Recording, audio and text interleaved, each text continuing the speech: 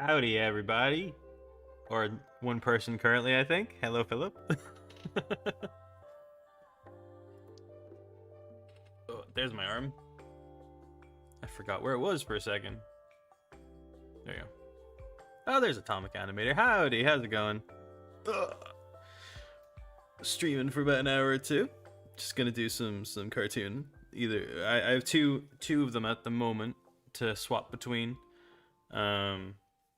I have I've got this one going on, and then I got this one going on, and I'll show both. But I'm probably gonna work on one for 1 hour, one for another hour. I think I'm gonna do boarding first, just to get my hand kind of moving, and also gives me some better posing ideas.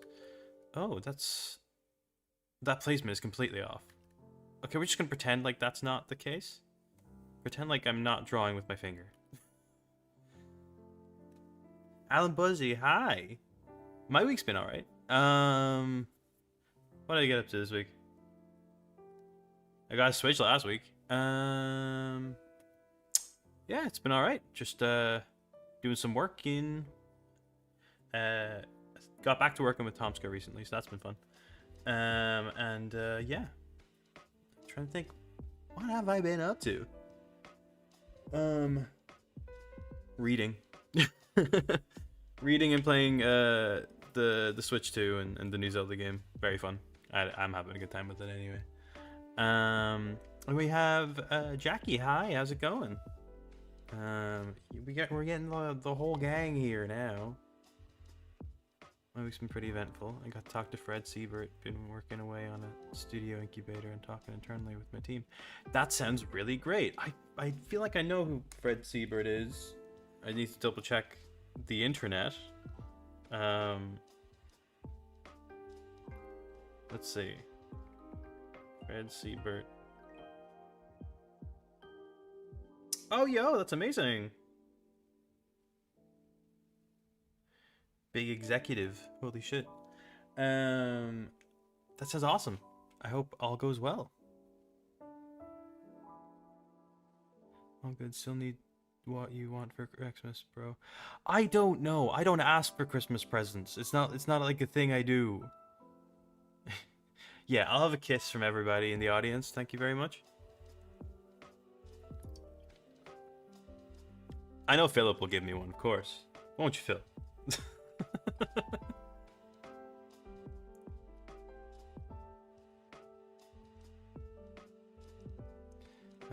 Right now, this is the first time for it. That's true. Right now, I'm working on what currently in-house I'm calling Fright Night. I don't know if that will change at any point, but I'm really enjoying the progress on this. This is a lot slower of a cartoon and a lot slower progress on it as well, because it's the length of like a normal cartoon, but it's got, I think the runtime of any BTC character being in it is maybe about 10 seconds, and the rest of it is like 5 minutes of side characters. And I think it's really fun, and it gets me really excited for making stories like this and hoping people will like it, because I sure do. Having something that's a bit closer to my heart, rather than just the silly sitcom stuff, is nice. He didn't even have to. Obligatory side character episode. That is a thing in cartoons, isn't it? Shit. Okay, cool. Actually works out then. I'm trying to think. What does he make a sound in between here, or is it straight into? No, so just head down probably. Still glad to see BTT still alive whilst M and J dead and buried. Billy's Teen Times is just one of those things where it's always in the back burner because the story isn't finished. I know where it ends. I'm just really slow. It's like, it's just hard to, yeah. I have a feeling, rather than like making the emotion look all good, I should probably just make this placement good first. Kind of need, so punched up. Lauren. Kind of like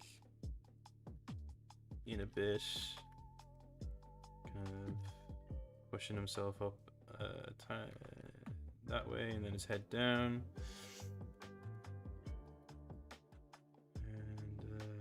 And let's see. Oh wait, the table disappeared. That's probably why it looks awkward to me. So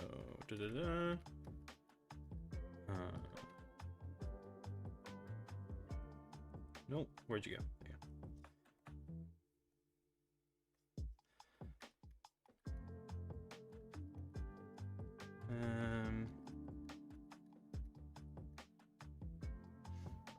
Actually, maybe he has to be further down for this.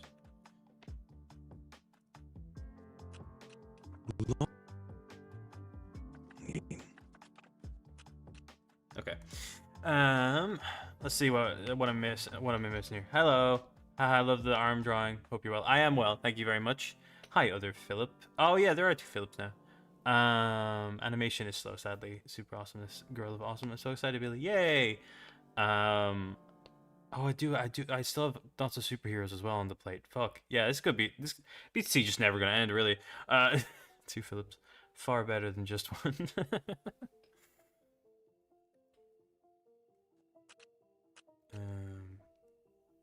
Yeah, I will probably in a few kind of give the rundown of what these 2 shorts are. Because I don't know if I did for the last one. I feel like... When did I stream?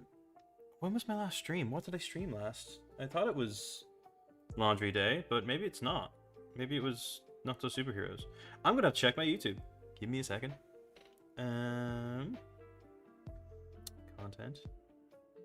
Even when Billy dies, there will be inevitably be... No, that's not allowed to happen. My dying wish will be for it to die with me. Thank you very much.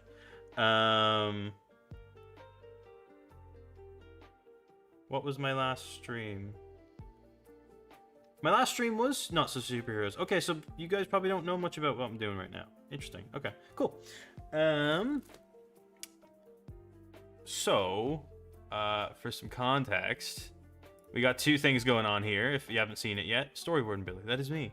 So we got 2 things going on here. We got me doing some boards for an important short that I'm doing that is in the Beats T universe, but not the main characters. And then we got a Beats T short, just like a casual one. And that's being currently roughed at the moment. And I can give people some viewing of that maybe before we get too deep into it. But that's going to be in the next hour while I'm working on the storyboards. So we get a new BT episode before that is not happening. There's this shit's gonna not be out in the next year probably. Laundry Day will probably be done within the next few months if I have time. But I'm not gonna post Laundry Day until after this short or this episode comes out because I don't know if people will like it or not. So I have a BT cartoon to basically like cleanse the palate of my kind of more serious tone, I guess. So it's kind of dumb, but it's an idea, I guess. But this is, for context, this short is basically set during Halloweenies, but in a completely different part of town. And it's based on the King family from Haunted House. Gwen, Lawrence, the mayor, and Eric, his kind of advisor or consultant, whatever he is. It's a little bit more. Which one did I voice? You voiced none of them. You voiced yourself in the one I just mentioned here. That's where you are. See this fella right here. I don't know if you can see my mouse actually. This why is it white? Here we go. This guy is Philip. There we go. Sorry, I have too many things going on my stream right now. There we go. Eric Man. So I voiced basically all of this besides one character in the short, because I like to torture myself. But what I can do right now is I can show you where we currently are in the short. I just need to remember turn off that, yes. And turn off maybe the Zelda music for a second, just as a way of kind of getting into the vibe. Where did my string go? Oh god. Oh god. Okay. Billy's an underrated VA, to be fair. I appreciate that. Thank you. So yeah, here we go. Can you guys hear this? Can you hear all that? Yeah. Let me know before I start playing anything. And then we can have a look, see what we're working on here. There we go. Yeah, you can hear it? Okay, cool. Awesome. Just need to make sure all the layers are there. I think so. Here's hoping.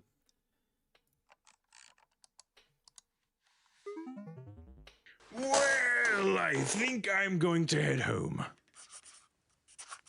Go home? Well, you know, I've just worked so hard, and it's Halloween.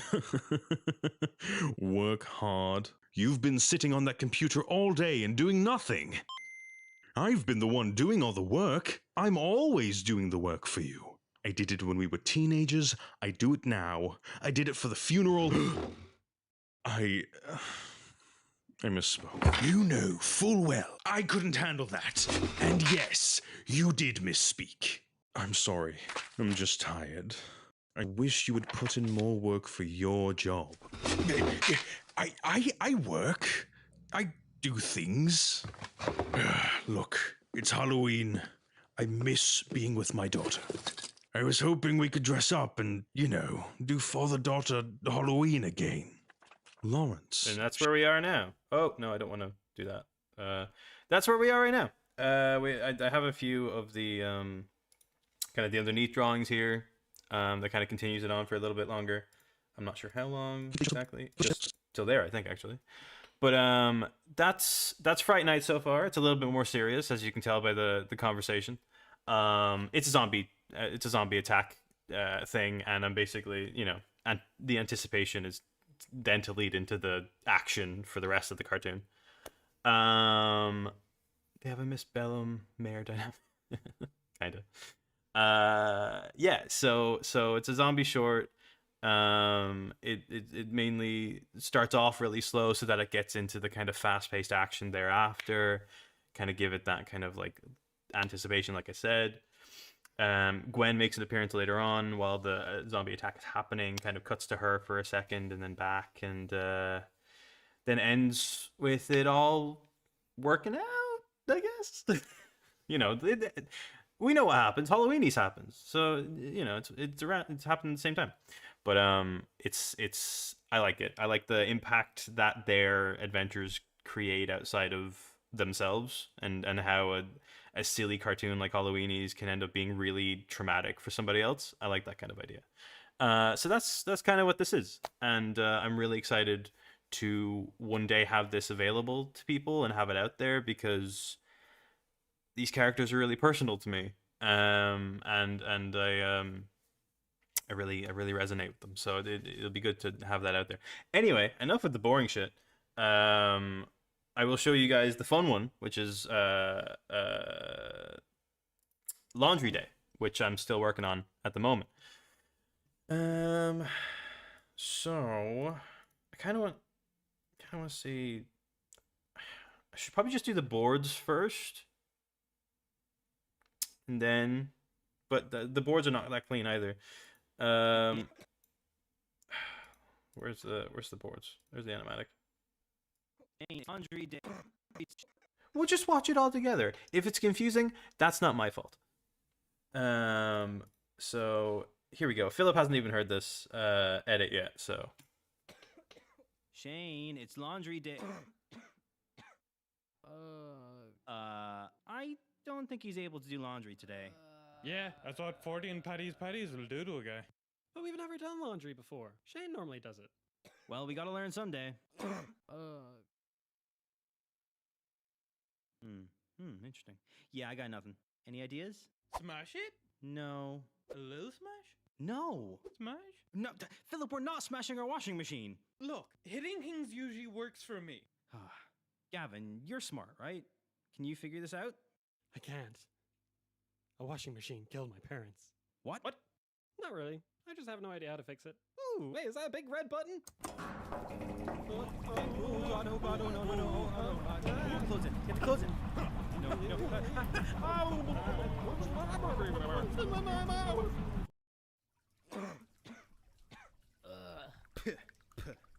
Shane, please never get sick on laundry day again. And that's that one. So that one will be out right after, like a month after, probably Fright Night, just to kind of cleanse the palate, like I said. I wanted to get all this shit out by the end of this year, and that was not going to happen. Fright Night was going to be like, oh, I'll do this on Halloween, and it'll be done because I'll do it really choppily, and then I wanted to not do it choppily. So this will be the more usual BC cartoon that you'd see from me in the past, and then Fright Night will be one of the kind of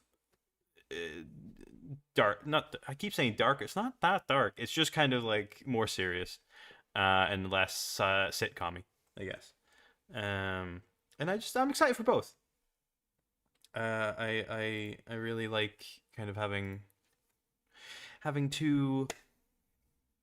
variety of things to work on, I guess. I have spent my entire year basically working on Smiling Friends, that has the biggest roller coaster of variety in the world, you know, and so maybe that was kind of partial to that, of like, I want to work on something for myself as well that's just fun, and something that I want to do that isn't just like the same old thing. Kind of get my fucking writing chops better. I don't know what I'm saying. We're gonna continue with boarding. The doctor not winking. Also, oh, I'm Katie Spence, Billy. Hi, Katie Spence. Oh wait, Nurse Pinky. Yep, that is true. Nurse Pinky does exist now. That is a canon event.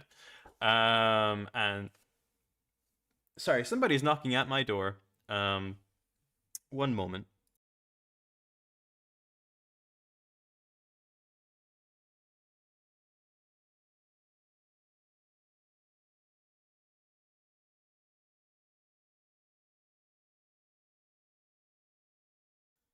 I don't know if you could hear that.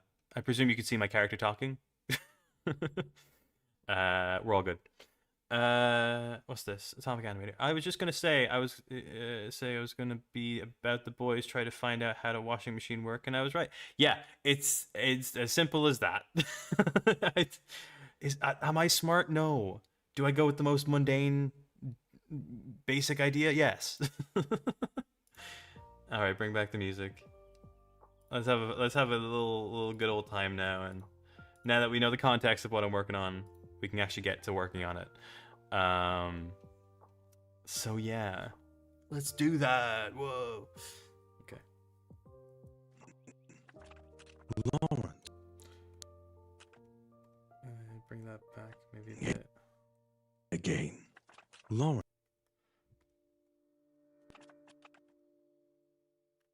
Lawrence, what are you doing? Don't touch me there. What the fuck am I saying? What? I love doing Eric's voice. It's so silly. It's just, I'm so English, blah blah blah. I mean, it shows how strong the characters are. If you put them in any situation, it might, and you make it work. That's fair. I am one day trying to figure out how to do the Beats T characters in a more serious route, and I think it's possible. I think just I mean, they have to be serious in the final episode where everything goes to shit. So there's that.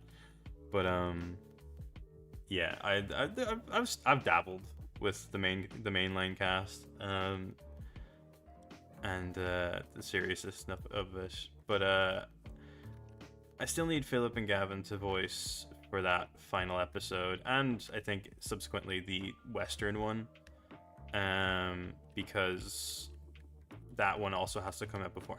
Here's the thing, it doesn't have to. The Western one doesn't have to exist, but 16-year-old Billy would be really disappointed if I didn't do all of the episodes I had planned to do. You know? And I like the idea of doing a Western, you know? I like the idea of referencing Billy wearing the Back to the Future 3 Marty McFly kind of cowboy outfit, and just all the cowboy tropes that come with that, you know, just the final showdown and the train robberies, or the bank robberies, and train jumping and all that. I think that's all still going to stay in there, and that'll be fun. I still got to do the superhero one, obviously. That's in the works, but that's fully written and voiced, so that's fine. 26-year-old Philip would also be this way. That's the thing, right? We like westerns here. Also, my cat woke up, so that's fun. I wasn't expecting her to annoy the shit out of me during this stream. Hi, Pickle. Hi. Can you meow for me? No. Too tired, okay. Don't step on my fucking... This is why I was hoping she wouldn't be awake. She keeps gnawing and stepping on my shit. I hope she's good. I hope you are. Okay, no, never mind. Knocking over stuff immediately. Thanks.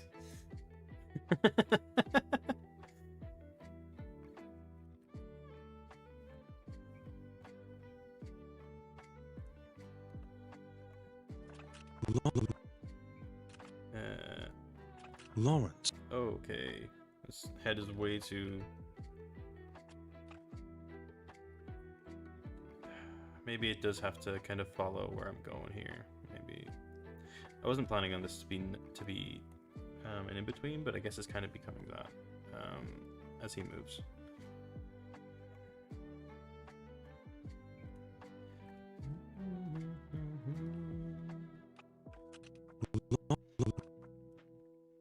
Maybe it's just his head is too far. Like we need to make it like a realistic realistic motion, Billy. God, I must be annoying to listen to. What's this?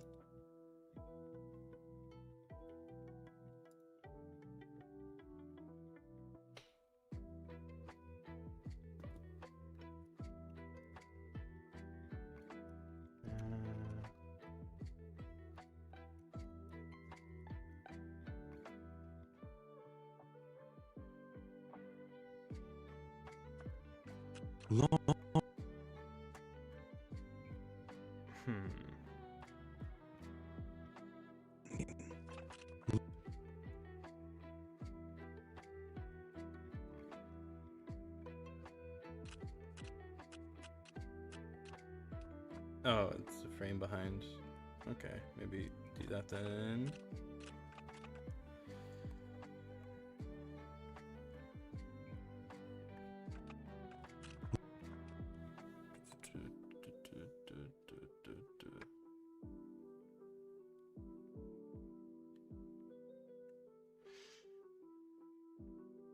Oh, wait. Sorry, I missed this. You make awesome animations, but it must be a lot of work and very expensive. Expensive if I had other people working on it, yeah, probably. It's more so the time, because I don't have a budget. it's just kind of when I have time to do it. But yeah, if I were to be making this my own show, it would definitely be an expensive project for sure. Gotta work all my weekly days just to get by, obviously, and that sucks. Oh, 1 second.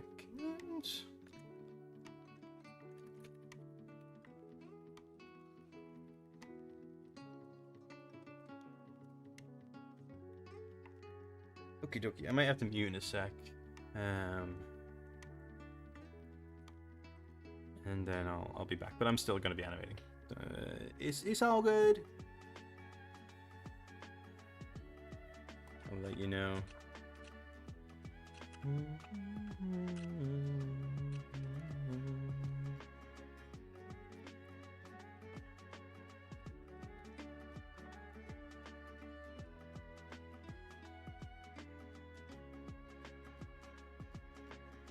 No, the arm feels a bit too far there. Let's see. Do the neck first. Go from the neck down, and then I'll know what I'm doing. So if his body is pulled this way, gonna be up a little bit.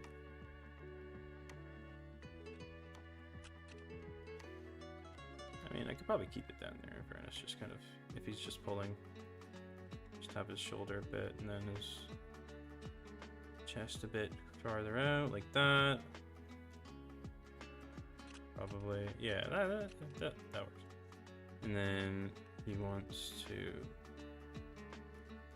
pull himself over here. Don't pull himself. What the fuck am I saying? I want to pull his arm over here is what I'm trying to say.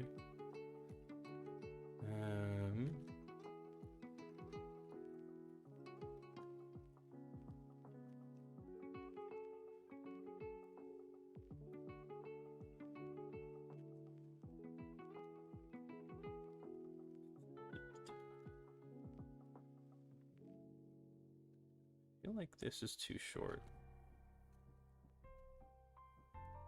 He looks uncomfortable.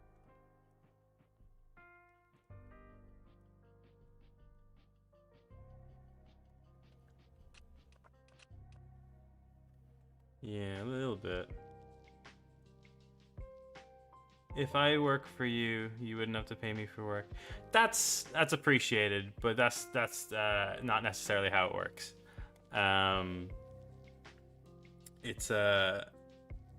It's one of those things where you need to have somebody on the team who like can mimic you essentially, because like it would be expensive to teach people how to draw like me as well, you know.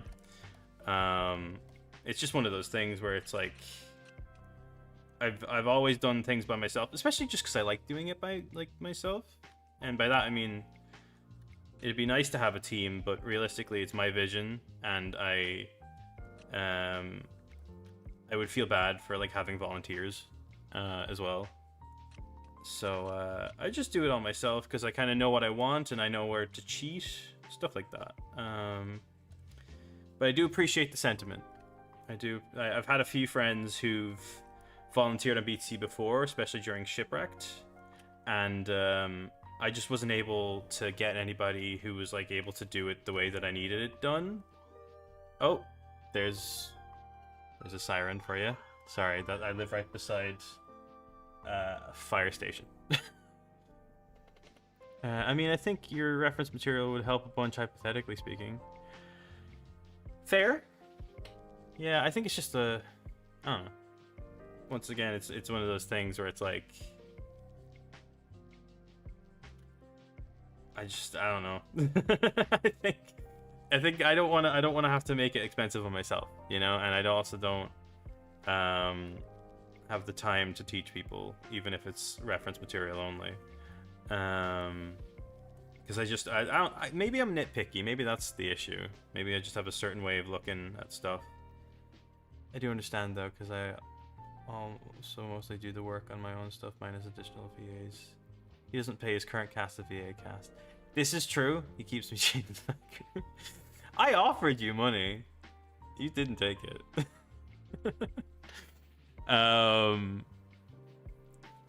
This is the issue. Is without a budget, it's hard to, you know, it's hard to know what to do with it, I guess. So my friends are lovely, and the fact that they've spent most of our friendship together, and basically all of our friendship together, voicing in a stupid cartoon that I've made about them, is really appreciated. And I regret not paying them every time, and I've tried to, and nobody will take the money. But it's been a good. I like this show for a lot of reasons. Also, yes, I keep Philip chained in the back room at all times. Don't worry about that. It is consensual. I feel like most content creators are nitpicky. It's the nature of animation as a medium. Consistency requires nitpicking, unfortunately.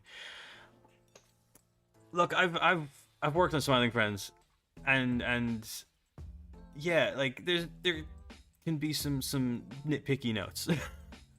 Because you want people to, like, as much as crazy that show looks, it is consistent as fuck. Like, when a character is moving, it will look the same. We do not reuse assets. We are taught to be good at that. So that's always a fun challenge. Also, hi Oreo. An artist show is meant to represent who they are as a person. This is true. And also, I just at the end of the day, I think I would feel bad for having anybody volunteer for me, because I've tried it in the past and I felt bad then. And if I did have people working for me, I would have to pay them. And as Jackie knows, that is expensive work, especially when you don't have a consistent day job. So that's also a difficult position. So for me personally, unless I had all the money in the world to spend on my show and hire friends and just work with the people that I love and really want to work with, I can't do that. And I am not in a financial position to really have anybody help me right now, especially because I don't have a consistency with this either, you know? This is the first time I've touched this in weeks. So I reiterate, every V session there's 4 minutes of usable audio and like an hour of me either laughing or trying to make Lily laugh. And it's the best audio in the world. I have hours of us hanging out as voice sessions. I think that's wonderful. I think that's really great. And I listen back on them fondly. And mostly just to listen to the actual goofy shit, because I've already used all the usable stuff. I would not reuse assets if I have a better financial standing. That is fair. I mean, even with these, like with BTT, I'm like, it's definitely more rigged than frame by frame in a lot of ways. Like especially the way I'm going to do the short and stuff, and even with this, I will probably reuse head assets and all the stuff, because I just I find it easier. Not because I want to necessarily, but because how else am I going to get it out, you know? Also, I'm going to mute for a second.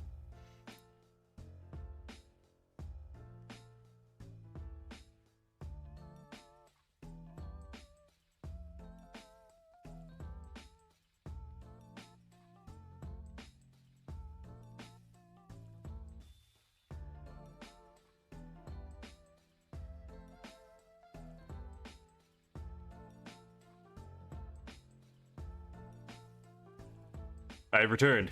Okay. To be fair, though, I'm actually pretty good at reusing assets. Nobody has noticed me doing it for mutants, as far as I'm aware, if I do say so myself. Now, here's the thing about reusing assets. Like, it also keeps things consistent, you know?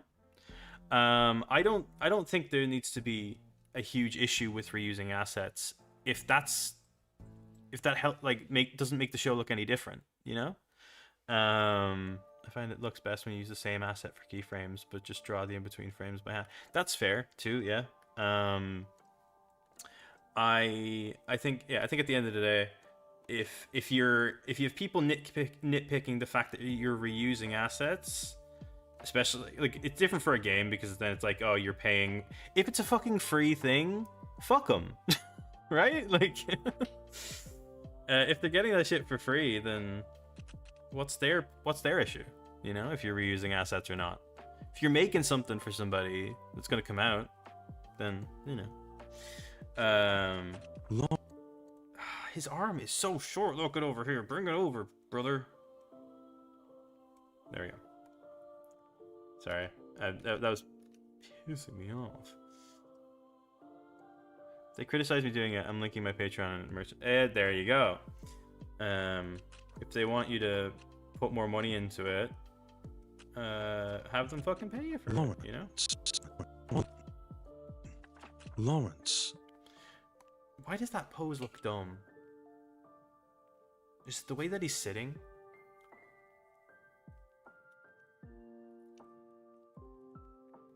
Just gonna do a tiny version to see if I'm...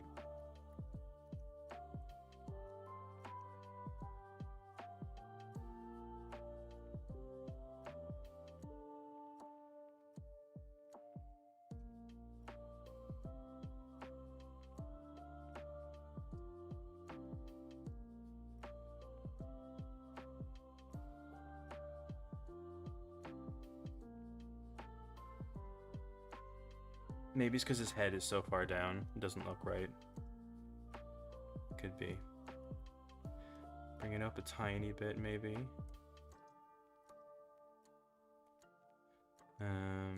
Maybe bring it down a tiny bit then as well.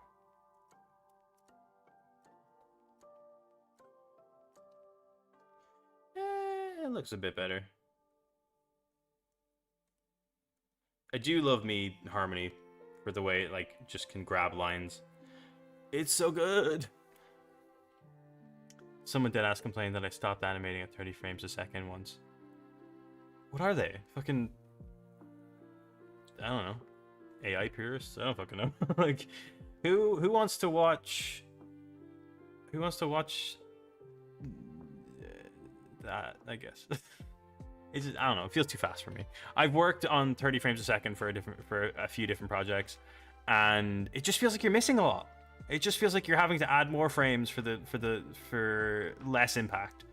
I did it with flash gits on an animation test before, and I just it felt off. I don't know why. It could just be me. Maybe I like animating at 24, 25. Some people like animating at 27, 28. Who knows? It's really up to the person, I guess. But 30 frames is a lot. I don't know. Someone taught I animate like a 12-year-old, and I didn't follow the 12 principles despite me knowing about it for years. Just mansplaining. Gotta love it. Here's the thing. You don't need the 12 principles if you can just do it out of your brain. Obviously, having the education is wonderful. But if you're a good animator and you don't know the names for it, it's not like you need it. Like, it's not like I go into every animation thinking like, oh, I should squash and stretch here. It's like, I mean, technically I do that sometimes, but like, the like looking back on it and kind of being like, oh, I already did that. I just didn't have to think about it, you know? I can now watch the MJ 2016 pilot. Too smooth for my tastes. It feels a little uncanny. Dude guy looks pretty good in 30 FPS though. I never animate on ones besides middle frames though. That's good. Oh, I felt a cat behind me. I think it was a ghost. I haven't watched much of Dude Guy and Dr. Jib, but I didn't know it was animated at 30. Like I said, for me personally, I struggle with it, but that's if it looks good at 30, then there's no issue. I think I don't know if Haminations is 30 frames or if if he is, I've just been animating at 25, but but yeah, there's some people who work in 30. Then again, I do that anyway. I mean, yeah, I'm often working on 3s these days. Also, I'm really slow at boarding when I'm talking. Lawrence. This is not an in-between. This needs to be slower. And maybe I just need to pull this all back. For the daughter. Maybe the camera needs to pull back for that instead of, so once he says Halloween again, that's when Eric looks at him sadly. And that's where the shot ends there. Bring the camera over here. So The daughter Halloween again. and then he gets sad kind of here.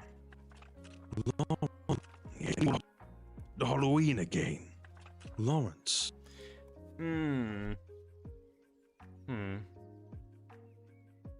Like I'm trying to make it a pause. That's the issue here. I'm trying to be like, it's kind of like he's not breathing out, so it can't.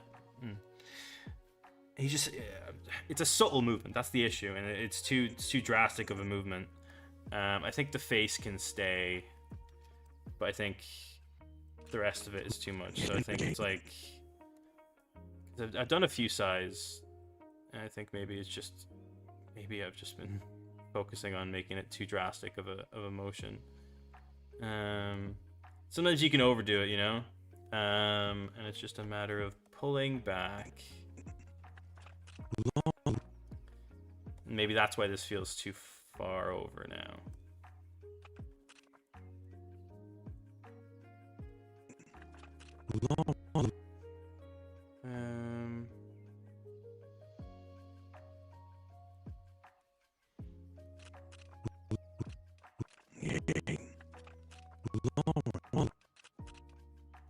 Okay. Your animators learn the rules first before breaking them. This is fair. Hello, Billy. I'm new.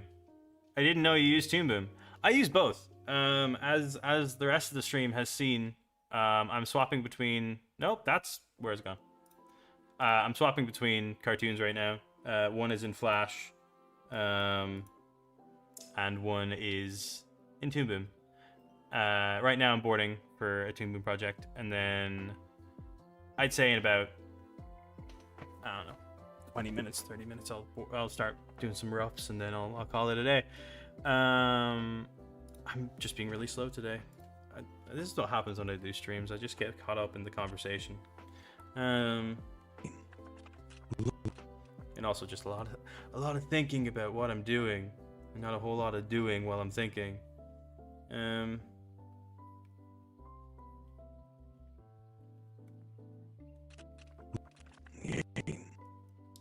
think I could just probably just grab all these and just fucking bring it all up a little bit. Go away, chair. There we go.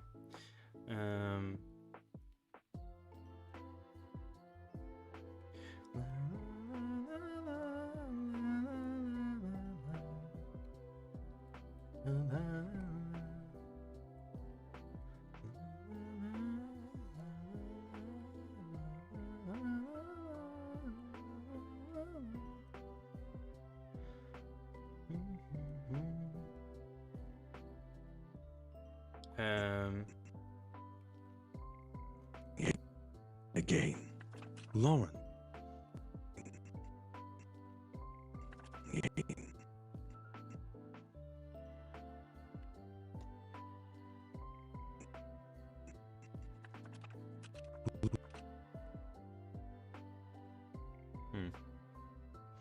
Have you thought of using Tunes Premium? I've tried it. I don't really like it. It's from what I remember, it's been years now, so it might be better now. But from when I tried it, it was a bit rudimentary. Probably great for frame by frame specifically, but I have more of a pipeline, I guess.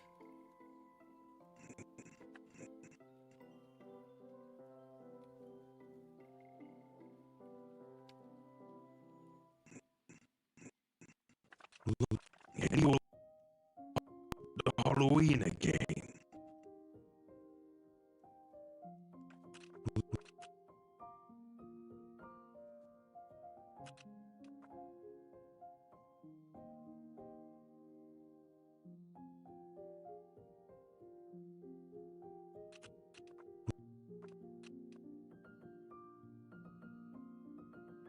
Maybe he just doesn't feel closed in enough. This arm feels too much for some reason. Why do you feel too much, arm? Why? Hello there. Also, doing animation is doing frame by frame. Yes. Technically, yes. Yes.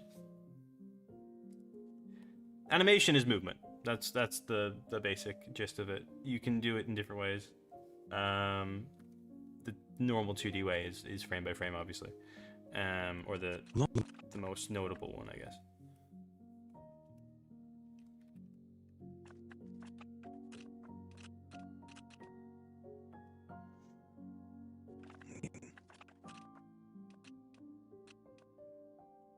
I might scrap this drawing.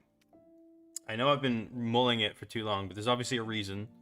So I'm just going to pull, once again, like I said, pull back and just get some form into this motherfucker so that I can see what I want to position the right way.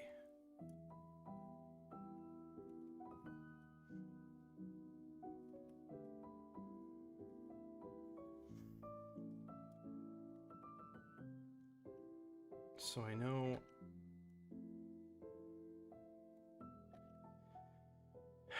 maybe it's the placement of the hand. Maybe that was it. Maybe it needs to be more up, like he's kind of he's like, you know, like explaining, right? You know, that's the worst hand in the world. But you know what I mean? He's kind of like, there's the fingers. He's kind of like, oh, you know, it could be this, or maybe it needs to be more down, kind of like that. Maybe the fingers can be further out. Obviously, don't have to be closed in like that, but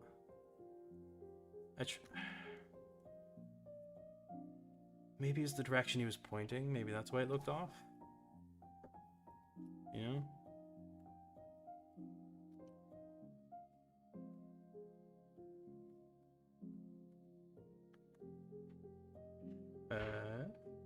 Oh, one sec.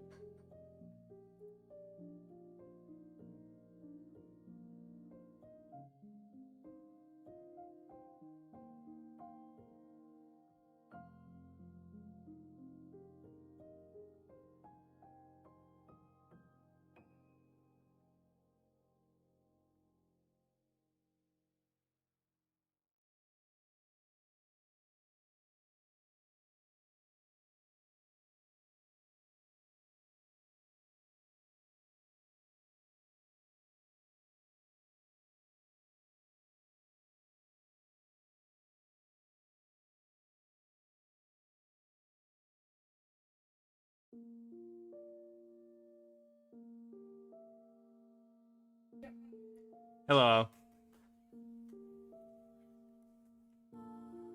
Zan is currently in here, so if you hear voices in the background, I want to stream. I'm streaming. Huh? The world. I'm just on a stream, yeah. How's Pickle? She is fine. She's currently looking for butt slaps and getting them. Okay. So, Eric, I want you to open your arm up a little bit more. And then rotate that a little bit. Rotate that a little bit. And bring it there.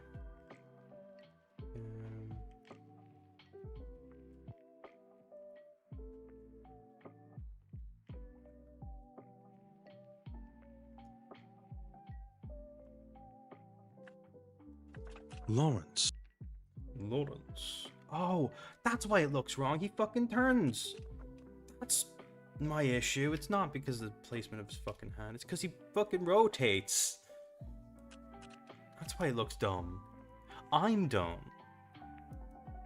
Okay, so that makes that makes much more sense. Okay. I was trying to figure out why. I was like, oh, he's just pulling away. No, it's because he's literally rotated at 180 degrees. That was it. 180? No, that's not right. 90? 90 degrees. 45 degrees? I can't math. That's not up to me. That's up to computers.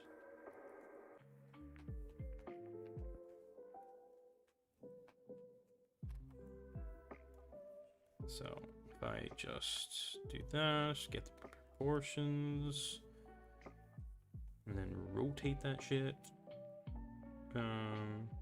Where is the transform? Oh wait, no, it's over here, right? You can just go. Yeah, there we go.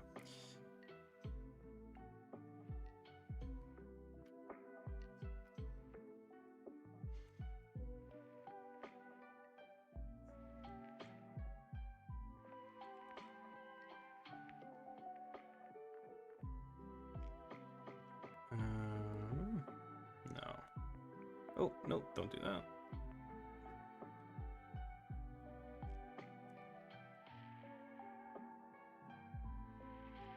Bring that down. Give that a bit of muscle. Keep his arm in place. Like that. So he's low though now. That's not what I want.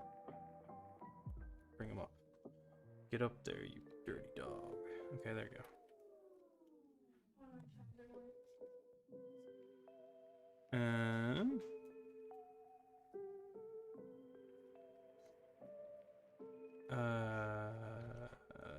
There we go. I think, maybe. That look a bit better. Oh, that looks miles better. Now that he turns... Yeah, it's like he's prepping to turn. He's like, whoa. Yeah. Kind of opening him. Oh, that makes so much sense why I did that. He's opening himself to his brother, but still being pragmatic about it. Okay, that makes sense. I like that when I was doing the thumbnails, I knew what I was doing, but I didn't really plan on how I was doing it or why. That makes so much more sense.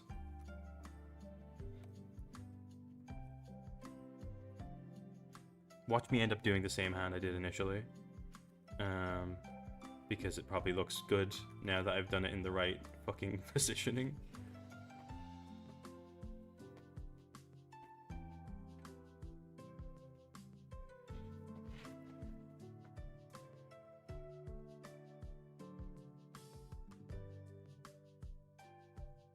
Yeah. It does look better.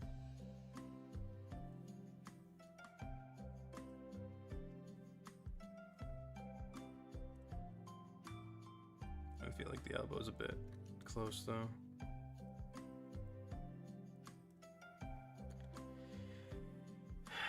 Either way, can I try some BTT background music? What do you mean?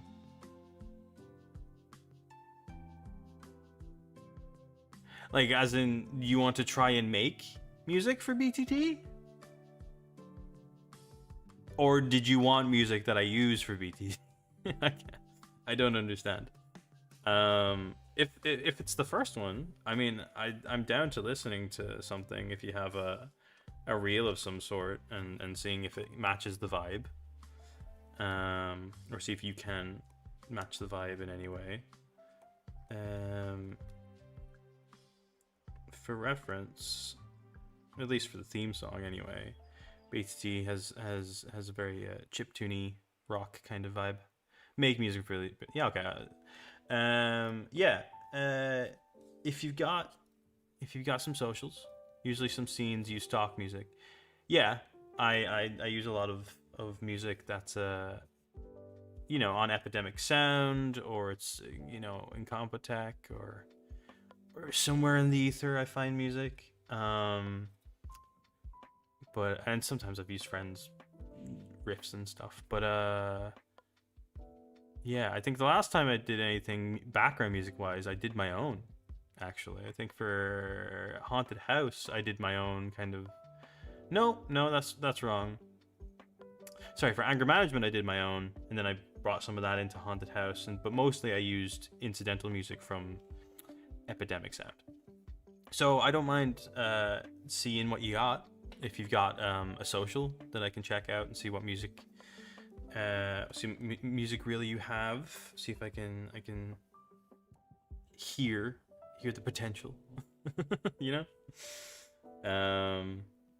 Yeah.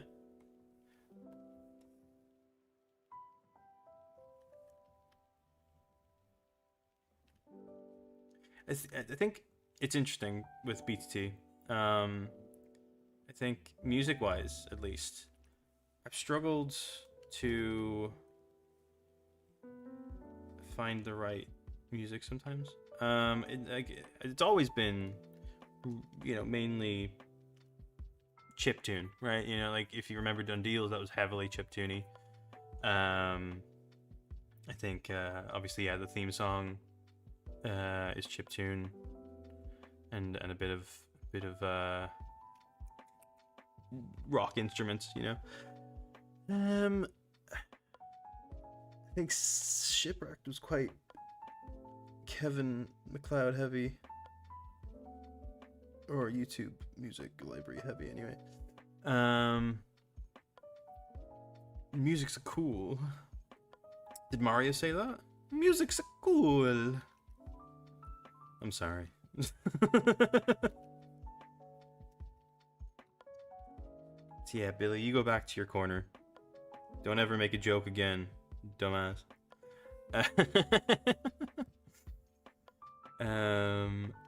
Don't worry, I actually have a decent amount of self-esteem.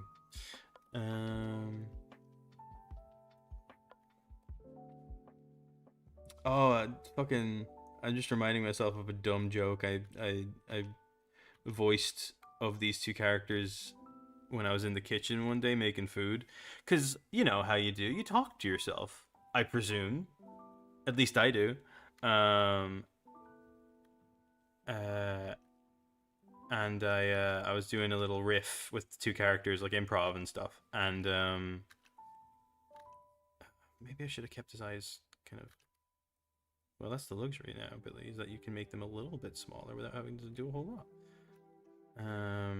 But yeah, I was doing a little riff back and forth with myself of their voices and what they would do in certain situations. And one kind of came to light, which was what if Lawrence forgot his password, right? You know, he's a dumbass most of the time, not really fit to be mayor. Just kind of a great face for it, I guess.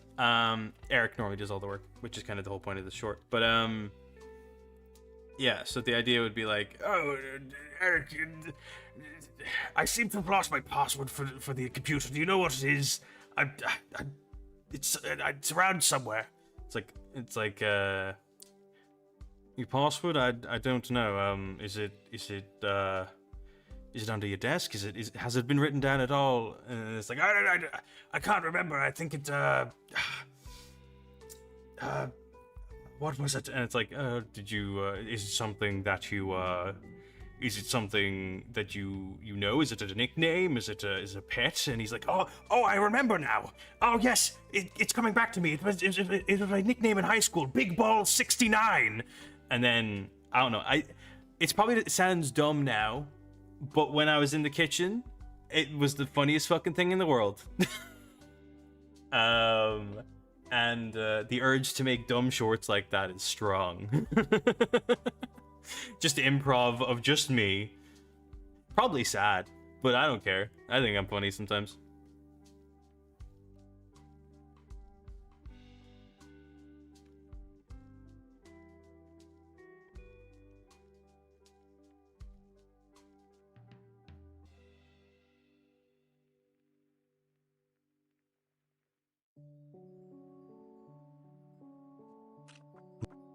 Lawrence. Lawrence. Lots of VAs do that, Billy. It's called practice. That's fair. What was that? Gain. Lawrence. She's 50. She's 15.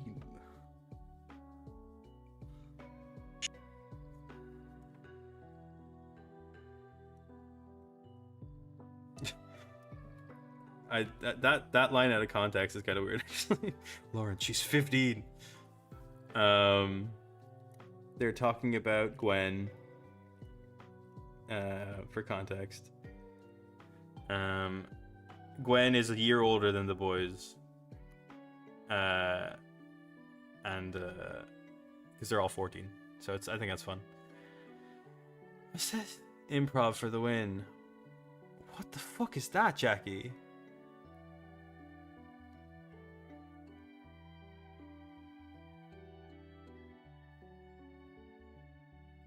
Oh, pig balls? No, I said big balls. Yeah, big balls 69. That seems accurate.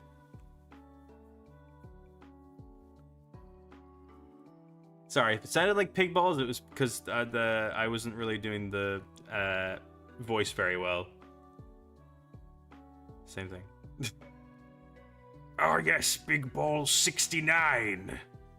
That was my name in high school, by the way. No, I heard that part. What's this about? Why? Oh, you know, I was really a sleigh with the ladies. And for what reason? I'm gonna send it in Discord. My earbud is stupidly quiet for some reason. Is that me? I didn't think I was being quiet. No, my mic is saying I'm pretty loud.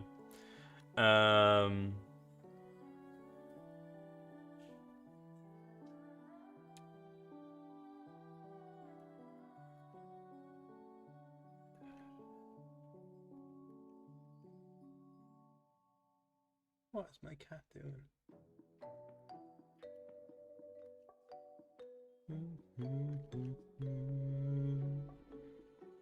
Why? What is that mouth, Billy?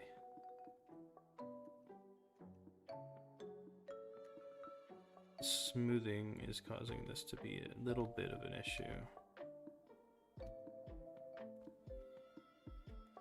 No, it needs to just look sad. Don't worry about making it look like an E. Yeah, that works. No, it's the earbud. It's been all the way up to. That sucks. I'm so sorry. No, I don't know why I said it like that. I am genuinely sorry. I hope it fixes itself. Music. Whoa, wait a minute. You already composed something? Sean? Wait, I'm turning off my music. I want to hear... Are you okay if I listen to this on stream? I can mute myself if that's the case. But I want to hear it now.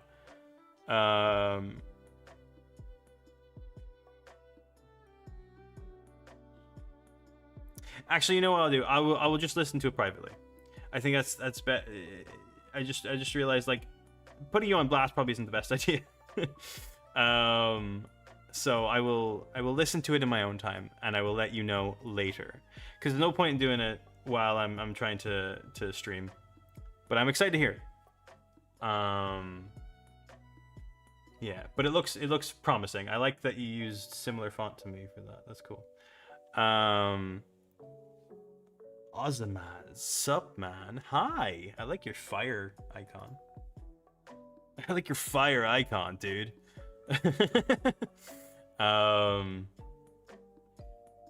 Yeah. Wait a minute. Oh, the Sean Derrickson show. That's not. It's a different name. Okay, same person though. Okay, we good. Anyway, back to work. Honestly, I think I might just swap over to the roofs in a few. I'm obviously struggling with the boarding right now, and maybe I just need to do a few roofs instead. Thanks. It's from the artist named Tenzalt who drew it. Hell yeah, that's sick as fuck. Oh, Lawrence. Lorna, she's 15. She doesn't want to play with Daddy anymore. Yes, she's 15. She wants to hang out and have parties. Like I did in school, totally. I had friends over for Halloween when I was a teenager. You know, I went to friends' places. So it's kind of speaking from experience, I guess, a little bit. But I was never too old for dressing up, that's for sure. Dressed up yet last month. I was a Fallout character. Well, character is a strong word. I was a Fallout Vault Dweller with a bit of blood, I guess. Basically, the player character.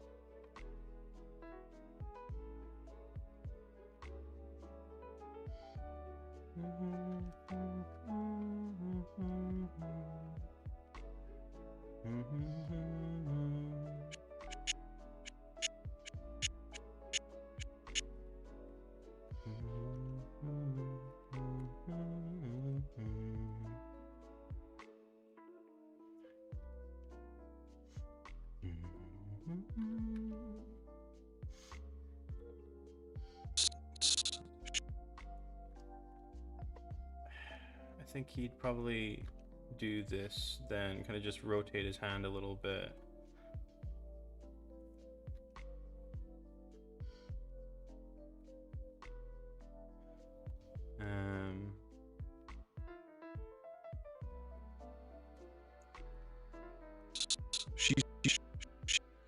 It's a bit big though, Billy. That's kind of a big hand. Maybe bring it down a tiny bit. She's 15. She doesn't want to play with daddy anymore. Blah, blah, blah.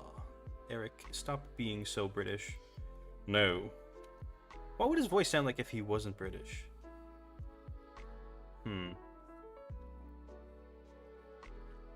Lawrence, she's 15. She doesn't want to play with daddy anymore. Oh god, I hate it. Never.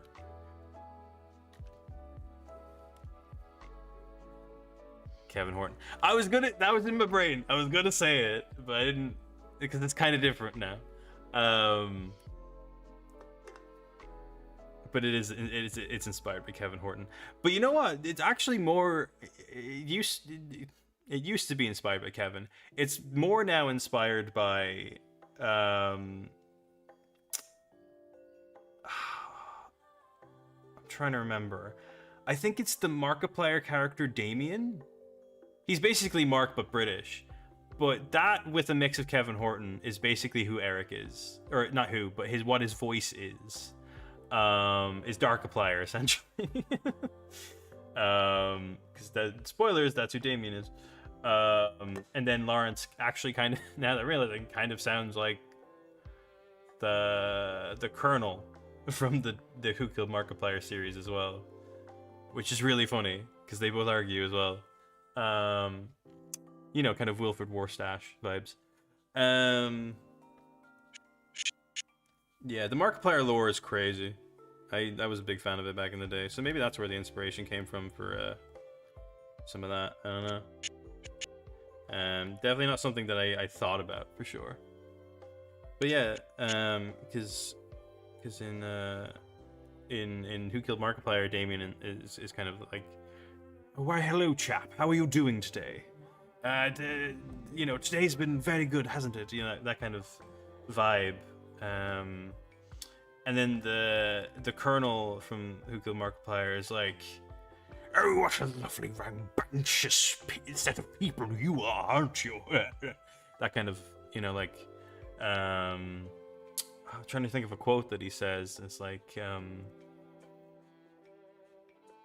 don't know. But he kind of talks like this the whole time. He's Wilfred Warstash, you know, the kind of the minutiae of it all, you know, that kind of thing. So it's kind of an inspiration of those, which I guess I'm realizing now. And so you have and that kind of then becomes Lawrence, which is like, oh, well done, boys. How are you doing today? That's wonderful. A bit more upbeat. And then with Eric, yeah, it's just a lower British voice essentially, and when I'm not trying, it's just my voice, but British, and it's like, Lawrence, what are you doing now? I don't understand anything of what is going on, but it's just a bit lower than that. It's just it's kind of one register down, and it doesn't take a whole lot to kind of get down there, you know. Then Evil King is even lower. He's like, oh, Eric. He's kind of got like a kind of not a rasp necessarily, but kind of like a breathiness to him, and it kind of sounds a bit samey. It's a bit of the same accent, but it's kind of darker. And so you have Evil King talking to him, and it's like, get out of my head. It's like, I'm never leaving. Not now, not ever. You know, that kind of thing. And then the orb is the same. Like, they're all the same fucking voice, which is just like, what do you want now? It's they all sound a bit distinct from each other, but it's like, what's the line? You've awoken me from my slumber, and now you must be punished. So you have all these kind of British evil guys that are all the same voice, essentially. Which I think is funny. Probably dumb as rocks that I voiced them all myself, but if they all sound kind of different, then nobody's gonna know. So. Anyway. To Halloween again. Lawrence, she's 15. She's 15. She's 15. There we go. Halloween again. Lawrence, she's 15. Lawrence, she's 15. She's out with friends. She's out with friends. How do you know that, Eric? What the fuck? Why would you know that? Do father-daughter Halloween again. Lawrence, she's 15. She's out with friends. Budgets be damned. That's the thing. It also helps to want to be a voice actor, because then you just don't need to hire that many male voices. Unless you really need a distinct, different sound. Like with Viscounted, the next episode, I was kind of hoping my friend Jeff would do it, but I haven't taught him enough how to do voice acting for it. So I might see if I can get like a fun voice actor that people know. Kevin Rashawn would be kind of cool. Kane. Yeah,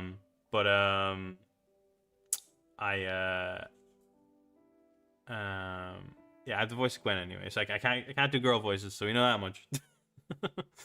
I'm trying to think who would then be.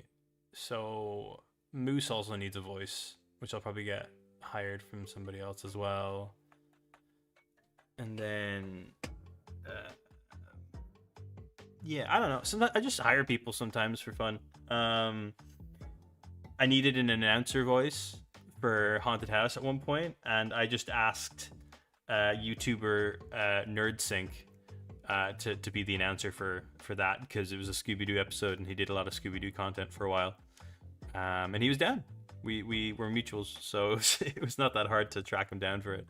But yeah, I love doing little stuff like that, where I just kind of get people that I'm really interested in and want to work with on to do stuff for me, you know.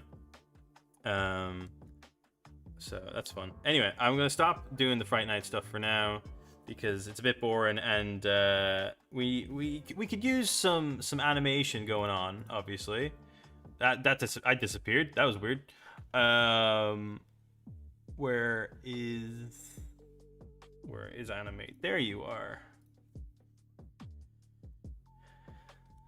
Yeah. Okay, we're good. Oh, I'm using my boarding brush. I need to fix that. I was boarding costume. If you don't know what that is, it's a Tomska cartoon. And that's why my brush is like that. So Arnar, flashlight marred. Yeah. I like flash bright because there are certain things that I can see better with it on. With Toon Boom, it's already a gray background anyway, so it's not that much of an issue. For the record, I'm willing to do any female voices, male or female, for free. Oh, I understand that. Don't worry. It's just picking the people, picking the characters that I need voiced. You know. Currently, I'm working on these 2 shorts where it's just very limited voices. Not superheroes. I'll probably need a lot of crowd voices anyway, and extras. So who knows? Maybe you'll be hearing from me at some point in the next few years. Because we both know Not So Superheroes isn't going to come out for fucking ages. So we all know, Billy. We all understand.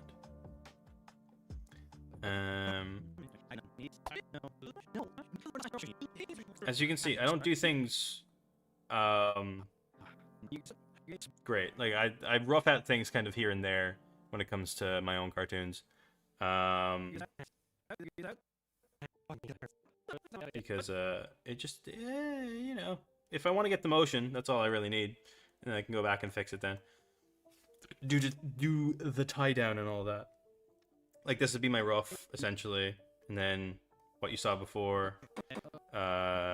This would be closer to my tie down, you know, with the hair and the hoodie.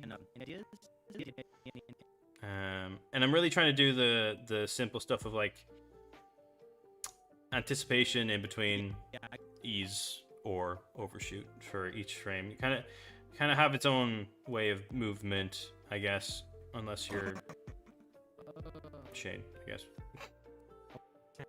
But yeah, you can see here. So it's like you have anticipation frame in between, overshoot, and then landing, and then in between, overshoot, landing. It just makes it simple on myself. Makes me know what I'm working with. Basically, if I were to do a time chart of it, you'd have keyframe, in between, directly in the middle, anticipation, overshoot, something like that.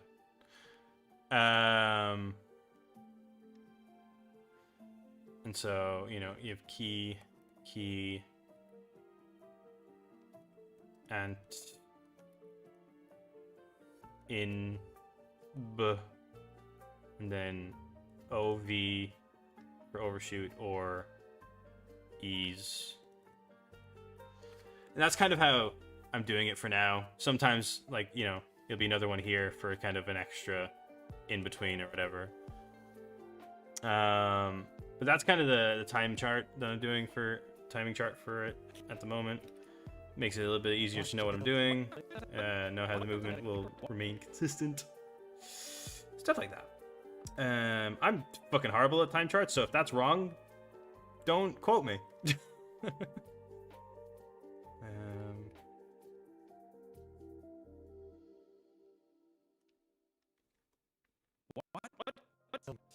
Wait. Okay. And then Gavin.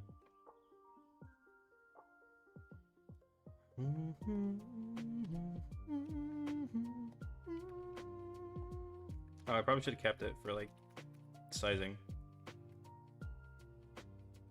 Why are you? Oh, probably because I animated them separately. There we go.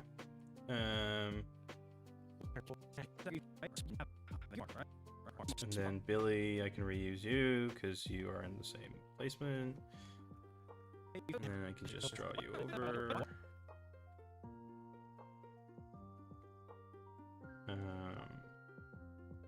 Take away the hand.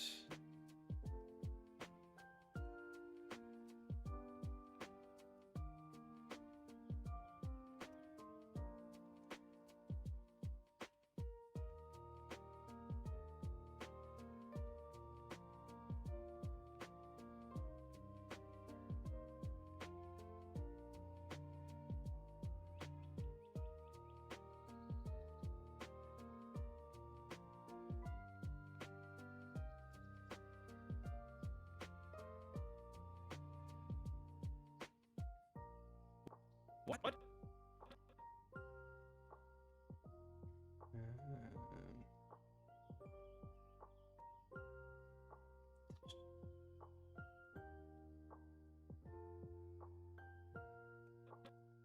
Okay. If BTT is storyboarded on paper but animated digitally but still frame by frame hand drawn, yes. If you're asking if BTT is storyboarded on paper, no. If you're asking, is it still animation, frame by frame animation, if you animate it digitally afterwards, yes. There's a light mode for animate. Yeah. If you go into edit and then I think it's edit preferences, you can change it from UI theme from darkest to lightest. There's like 4. So you can have dark like that, which is really nice. You have a little bit less dark. You have light, you have lightest, which is killer on your screen. You just can't say anything.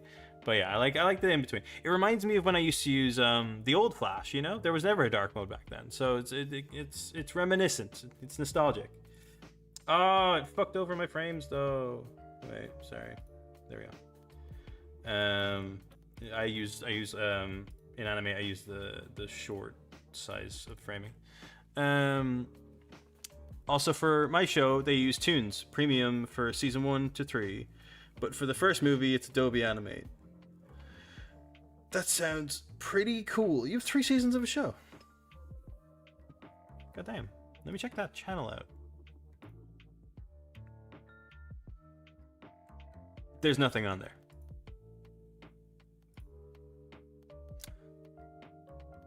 Do you use a different account? Because I'm not seeing any cartoons there. Haven't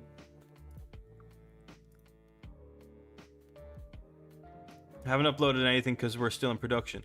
Oh, you just have like 3 seasons and a movie ready? Or are you working on them currently? Either way, very cool sounding. Well, I wish you the best of luck. For me, I just put out shit whenever.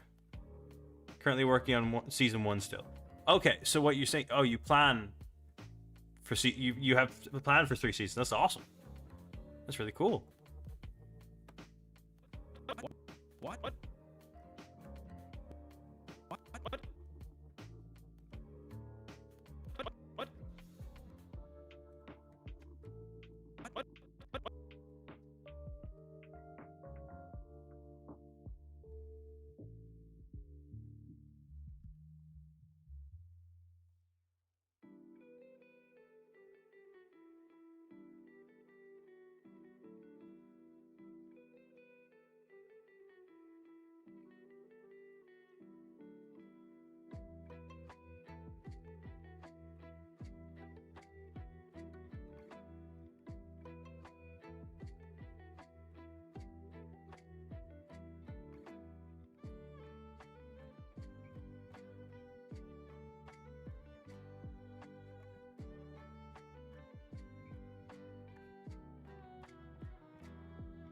Wait a minute.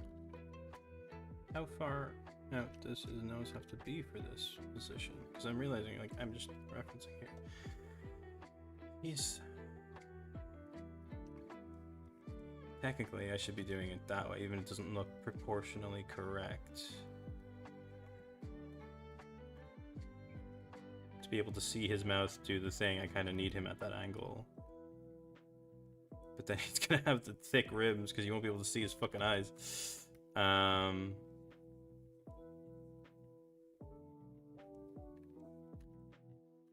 Unless I do that. I'm trying to remember how I. Here's some hilarious lore for you. I don't have Gavin's new model sheet yet, so. Also, try using the pressure tool for the final render for thick and thin outline mixture. Yeah, I'm aware. I've been doing this for a very long time. I've worked on a few productions now, so I kind of know about the tapering thing. But I do appreciate the advice.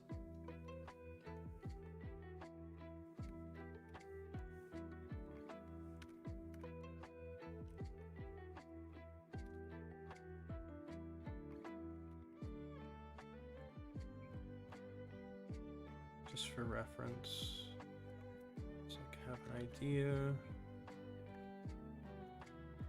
Do the anime thing with the noses because I think it's fun and simple. I don't have to worry about face shape as much when it comes to side profiles. Only for these characters. Like if I had on my own, you know, if I was working with like Leon or whatever, you know, and he had like, let's say he had that kind of same similar nose. From this side, I would definitely do kind of a, you know,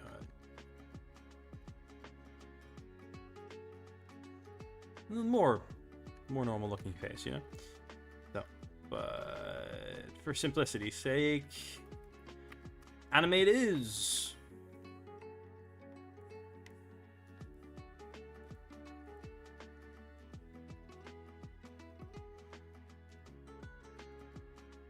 I feel like his whole area here should be smaller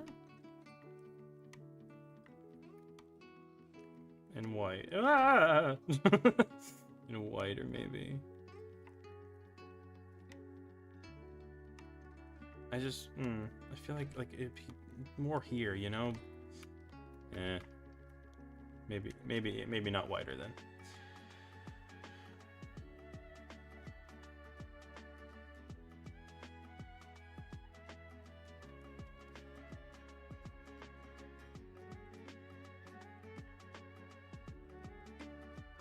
Yeah, that kind of works.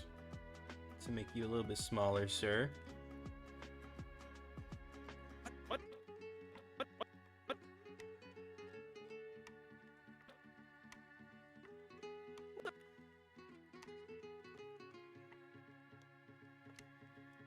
Can I make his mouth any funnier looking? Like, well, if I did similar to the board, where it's kind of like, just like a no, it's just no teeth, just wet. I think that might be fun.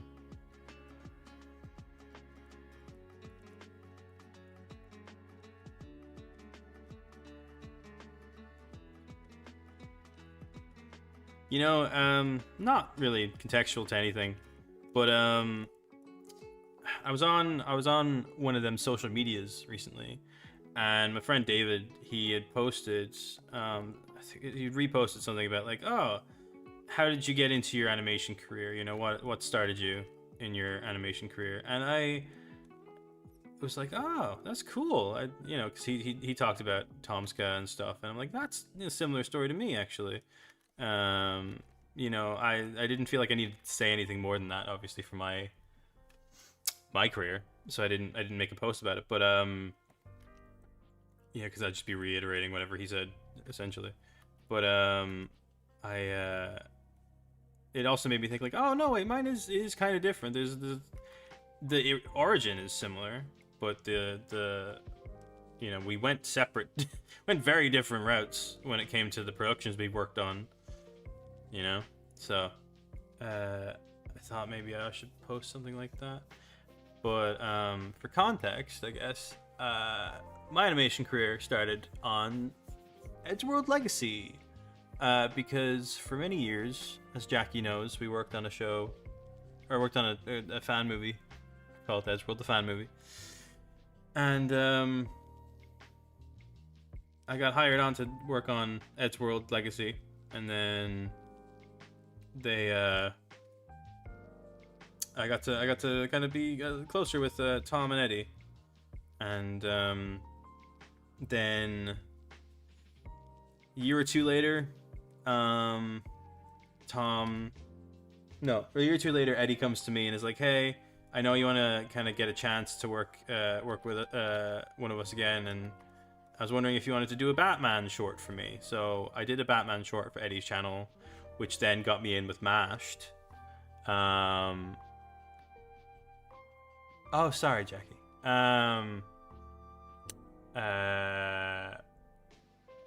I thought you were somebody else. Okay. What was I saying? Mashed, yeah.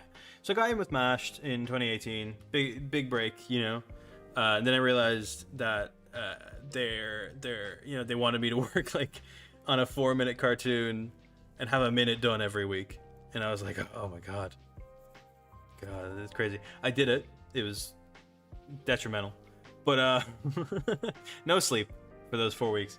That was my foray into then working on more projects and more, and I got some more real some real, not real footage, some content for my animation reel is what I'm trying to say, that I could put out there and then get more jobs.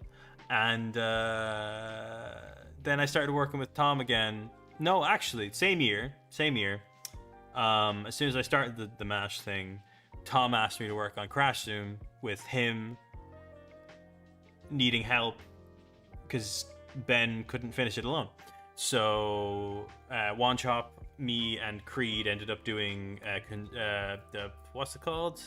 Crash Zoom Fired? No, what's it called? Firing Squad? Maybe? No, I can't remember. It's the one from 2019, 2018. We ran then. Firing Squad. Yeah, Fired was I think the original title.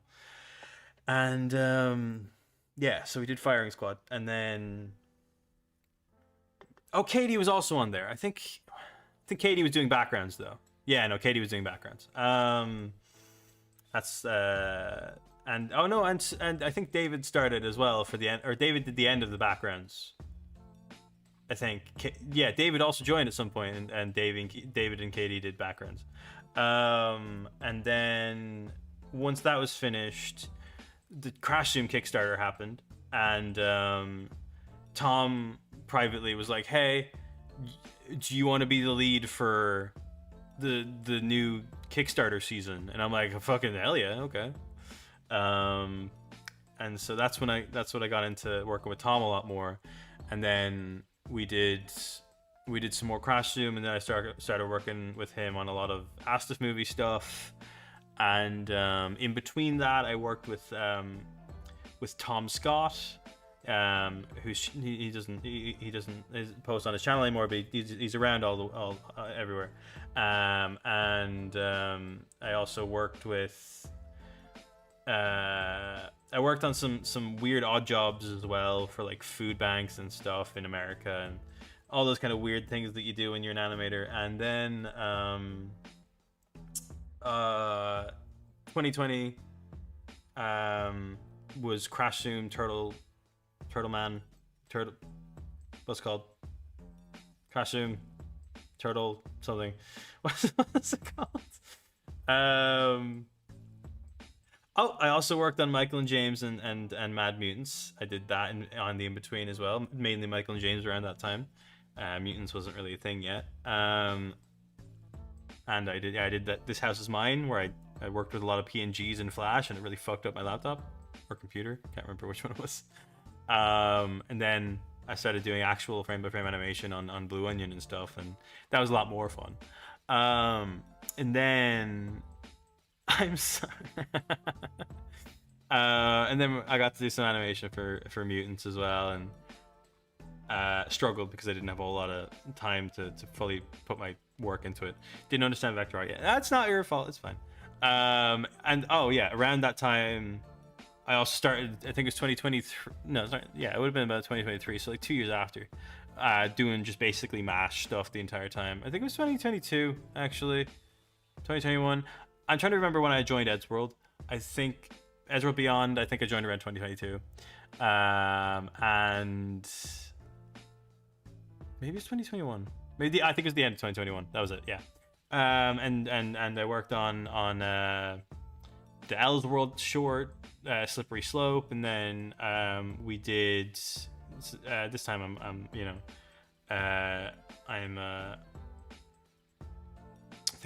I'm 20, probably 23 around this time.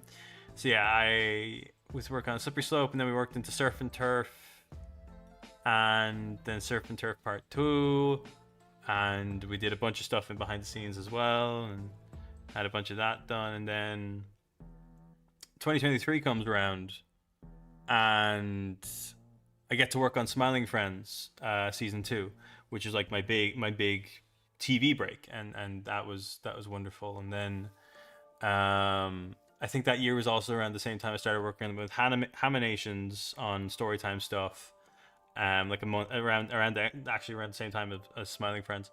And I think I worked on both of them in tandem. And then I didn't have anything for 2024, and so there was a lot of like odd jobs in multiple places. I stopped working with MASH at this point because I wasn't very happy with things, and I'm sure they're great people, but I just, payment wise, I needed something more because I'd moved out by this point. And then yeah, I think I did some Mutants around that time as well, but it was mainly Storytime animators last year. I was working with The Amazing, I was working with Haminations still. I was applying for a bunch of different other things. I worked with Tom on the Mind Turtle card game. I did all the art for that. We did some Astif movie stuff. We trying to think what else we did. I did a bunch of odd jobs for Tom in between all that time, and yeah, obviously Mind Turtle is a huge thing for me because it's a physical thing I can hold that I made. And then just trying to get by basically all of last year, if you see my if you go to my I haven't been drawing at all, sorry. if you go to my projects I've worked on playlist, you can see all the projects I've worked on. There's too many to count. I did a lot of mashed ones, so my brain can't remember them all. I just remember my last one was a Zelda one, I think, back in 2023. Yeah. Yeah, then this year came around, and I was working with Tom a little bit. Tom and I were working on some Crash Sim stuff, and then Smiling Friends comes around, and so I got to work on the 3rd season, and that's where we are right now. So my career has been very cool, and I've kind of wanted to make a video about this, but like basically making a video of basically making a video of like what do you do after you've done the things that you've wanted to do.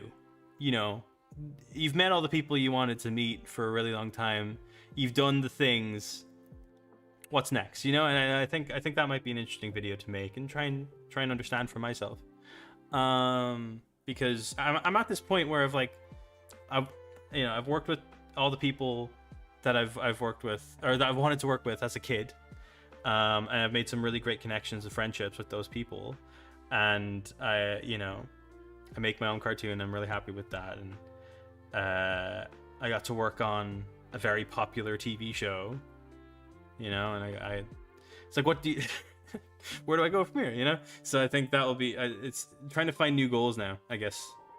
Personally, I'm looking into having more hobbies, I think, rather than, you know, as many career goals, but I still want to try and figure out what I want to do. I think I want to end up making a show at some point, but you know how that is. It's very fucking difficult. So, but I have some in my head of what I want to make.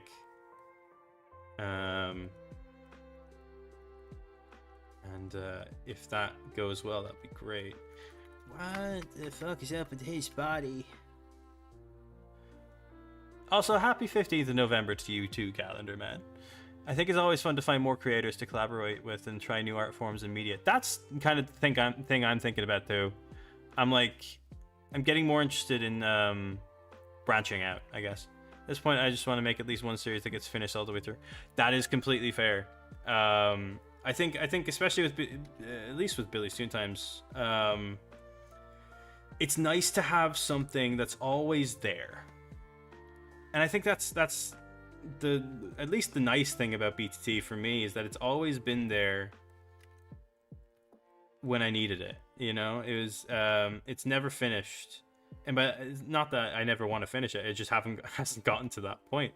But it's nice that it's comforting to have something that's familiar and always going to be there.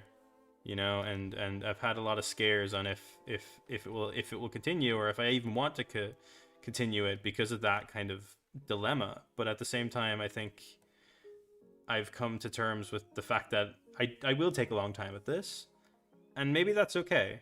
Maybe I like the process more and don't care as much about the fact that it gets done. You know?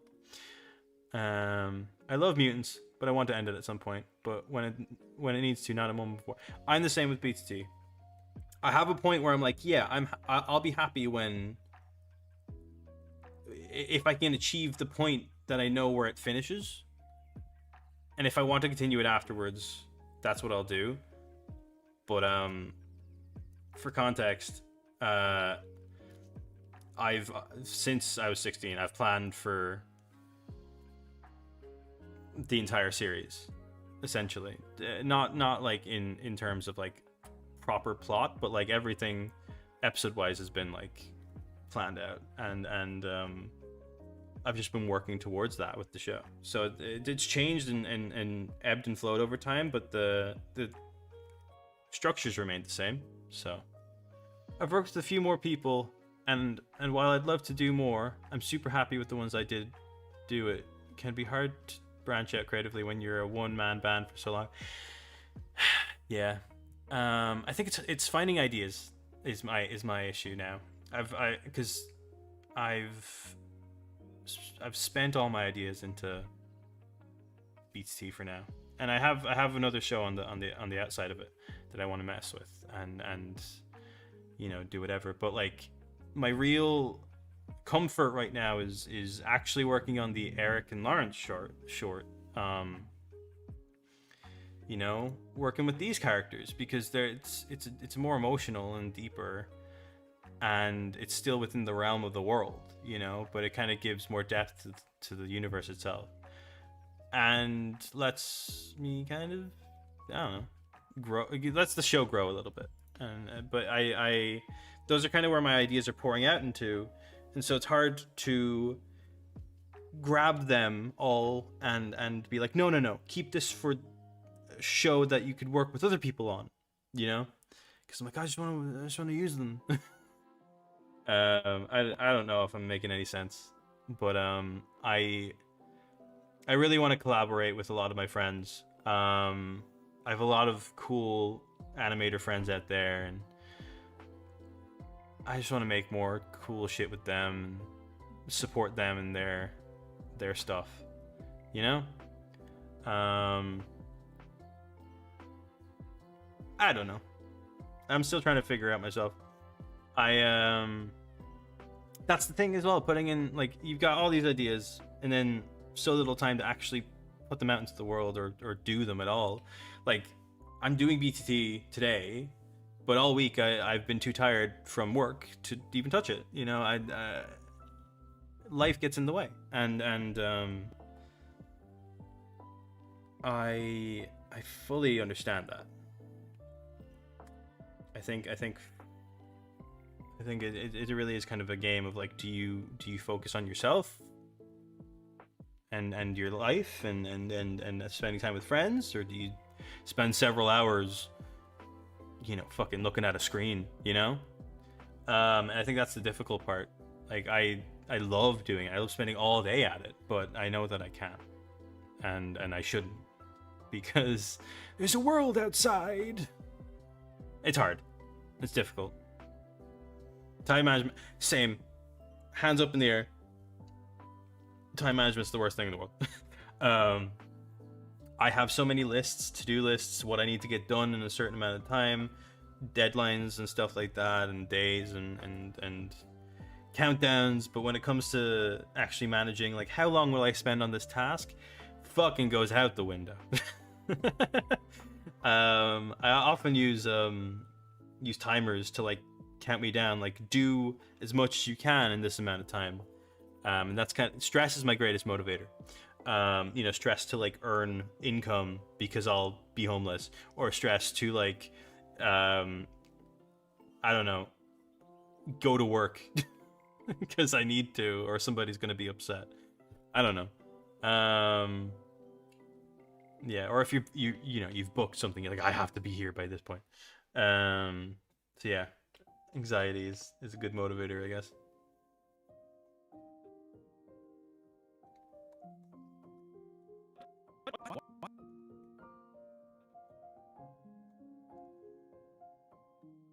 Oh, just noticing, Gavin should be taller in that position. Oh, he fell. So up.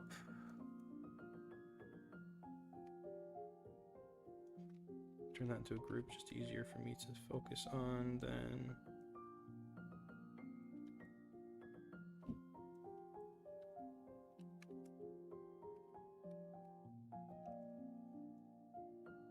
I love Zelda music, dude. It's so good.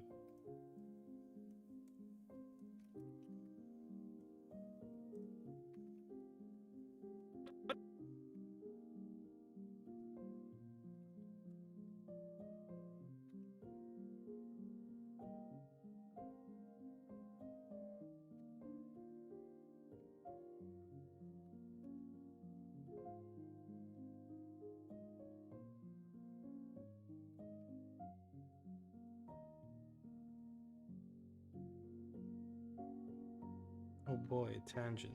I should probably make his chin shorter at this point, because his mouth isn't open. There we go.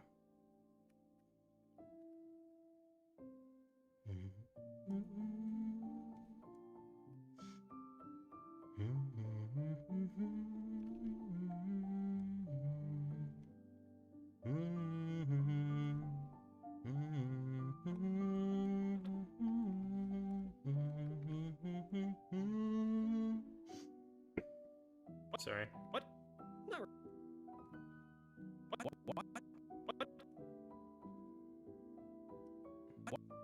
what? What? Not really.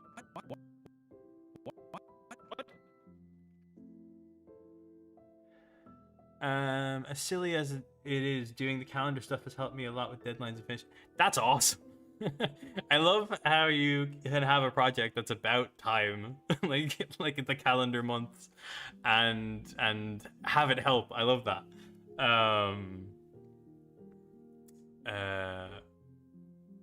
Yeah, I've seen a lot of the stuff that you've done with those shorts and those projects. Obviously, it's one every day. It's hard to get to, but it's very cool to see.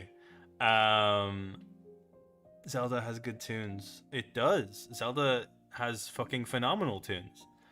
The people who make music for these games are wonderful, and I will say it right now: the 25th anniversary orchestra CD from the Skyward Sword Wii game is fucking peak. It's such a good soundtrack. It's such a good CD to listen to. It's always been my vibe. I need to fucking get it, because I lost it at some point. I need to get it again, or just rip it, because I do have it saved on my computer. A vinyl would be amazing. Oh, a Zelda vinyl? Do those exist? Oh, I need to check that out. I'm buying more vinyls recently because my vinyl player.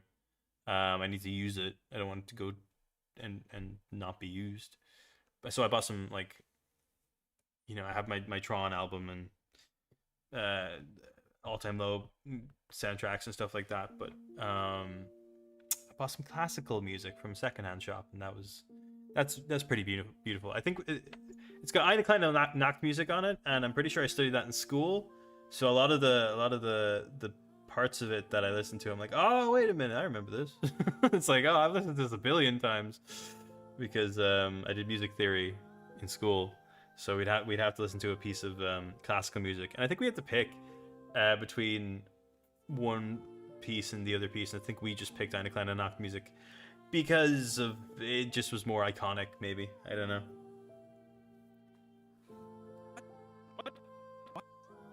What? Not really.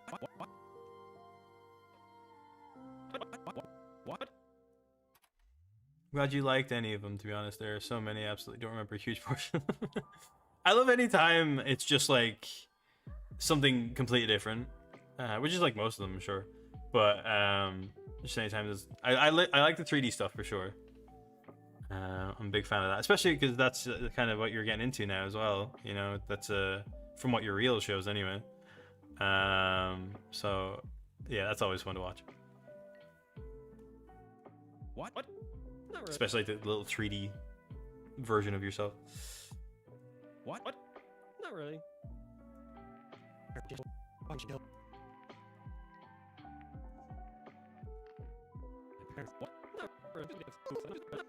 Okay, I need to pull this camera out for Gavin on this shot. I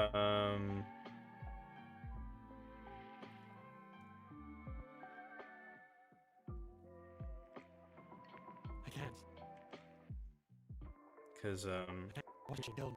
he's pretty low on this one. I can't. A washing machine killed.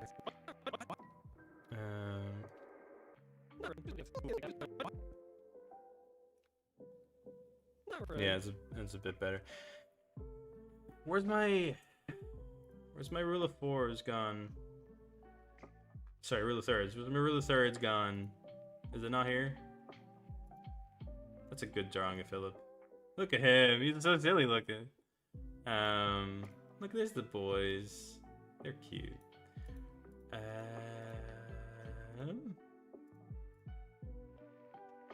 I don't have it here. Okay, annoying. I don't remember where I put it. Thanks, man. I'm trying to put that foot forward a lot. Yeah, it's just rough. They take so long. You know yourself. Yeah, 3D is a fucking beast. I don't know how people can do it. I've tried animating in 3D because I worked in Maya in school. Sorry, in fucking university, college, whatever it is. We used Maya, and we had to do some 3D animation for that, and it was fucking tough, especially when it's not the thing you're trying to do. I love 2D. I think with 2D, it's just on, like, if you're not using a rig, it takes a while to draw everything over and over and over again. You know. I think at least with a 3D model, and all rigged up and stuff, I think it's at least you don't have to redraw it all the time. So that helps, But there's more challenges than that too, which is like, don't let the armature break, I guess, and you gotta make it look good. Like I struggle with it completely. We had like sculpting is like, I'm fucking shit at it. I'm so bad at it. I will just reuse any asset that somebody's already made. And so when we're doing character animation in 3D, I could kind of figure it out. I did like a Woody animation using a model from one of the games. I used like one of the basic kind of character rigs that you can get for free, and did some lip sync on that, and some kind of like emotive stuff. But it was shit. I'm just not very good at it, and I can accept that. I will learn one day. I think 3D would be a cool thing to pick up, especially if I'm like, oh, what do I do now? So.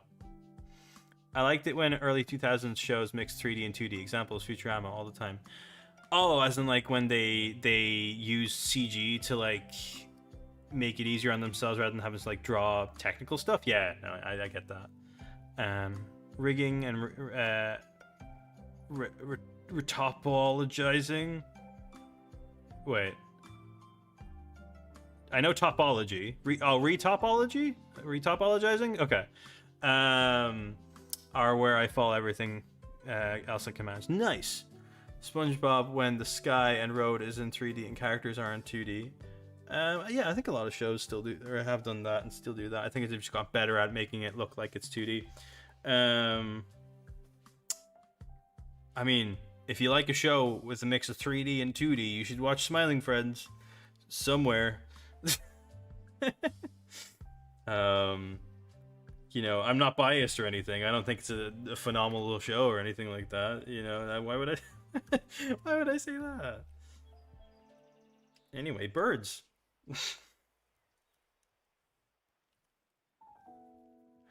Yeah.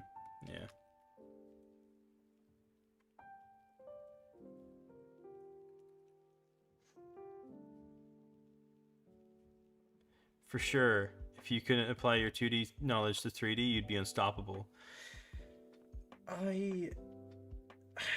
It might be nice to try again. I'll recommend Blender. Oh no, that's all I use. I used Blender not too long ago for Haunted House to do a bunch of to get a bunch of background references for what I was doing for the house itself. All of those backgrounds with the house involved were just drawn over this 3D model that I did. Because what I really wanted to do was copy the Harry Partridge thing of making the 3D model, using a UV wrap and making it look as 2D as possible in the 3D environment, and then just taking a screenshot. But I couldn't fucking figure it out. So I was lazy. I guess it doesn't count as lazy if you did a harder thing. But I didn't want to do it because I couldn't figure it out, and I was it's not the thing I was good at. The kind of whole, I don't know if I have it, but the whole ADHD thing of like trying something and then failing and then not wanting to do it again. That was kind of where my mentality was at. But I'd be more up to it now, especially for cartoons like this. I think if I could, like, I have a Minecraft version of the BTC house. It'd be really great to turn that into a fucking 3D model, have it all textured out so it looks like the 2D world on the inside, lineless, whatever it is, with the shading, and just draw what I have to on top of it. But I think that'll be good. I'll figure it out eventually. It's just finding time. I should have done it. I should have learned this shit while I had a well-paying job. You live and learn. It's like, oh, do I either do Billy's Toon Times or do I learn a thing? And I chose Billy's Toon Times. So What can you do?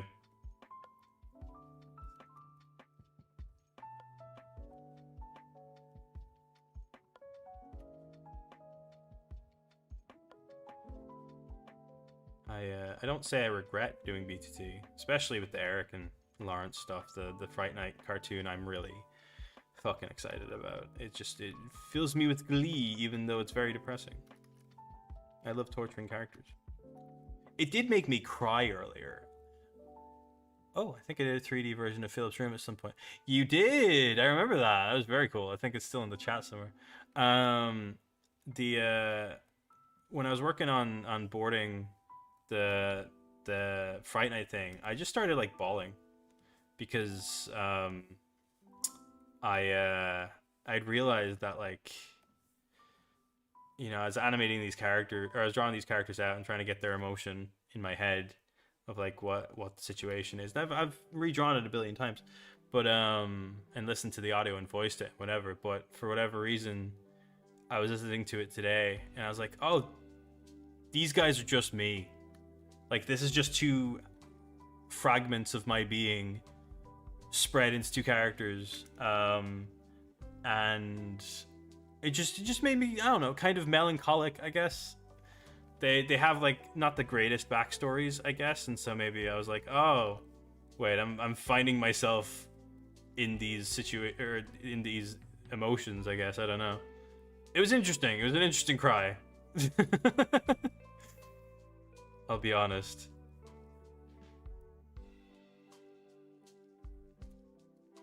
Gavin looks so sad. I need to fix his fucking face.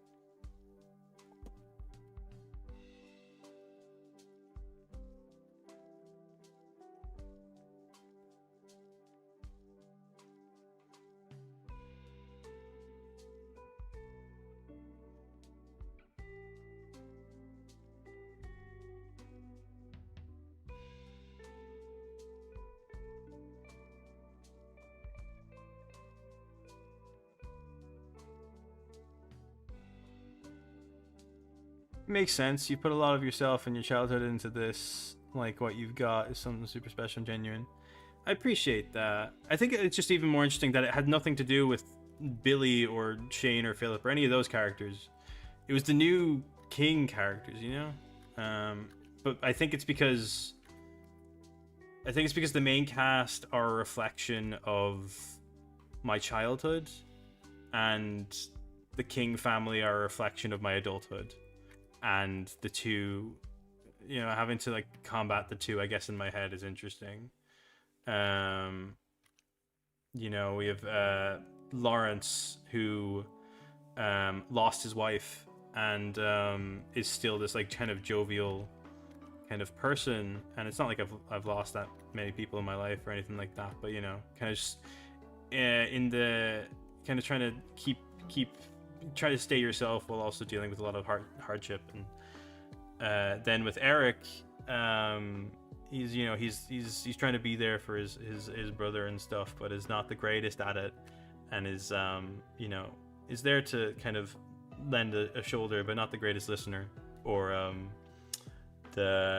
you know, he's always like, oh, here's the solution, because he's, you know, pragmatic like that and logical. And I think it's just like, oh, those are facets of me that I'm like, oh, wait a minute, oh, it's real, you know. So then I do BTT with the main cast, and I'm like, oh, here's the silly shit, here's me as a teenager again, you know, here's all that stuff. I don't know, it was an interesting moment of realization, I guess. You know, trying to just, I guess, understand the cartoon that I'm making still after over 12 years is funny. It's like, oh, this isn't a silly show anymore. I was joking about this recently, and I was joking to Tacticate Rels in the chat about it, and basically I was saying, oh, Billy's Toon Times, when it started was, haha, silly show about 5 friends and their pink sheep going on adventures, and it's like what it became is like a man goes insane with the possession of an evil god, and their world goes to ruin. That's kind of what it became, which I think is really funny. So that's what happens when you don't plan ahead. It just becomes way crazier than you ever imagined.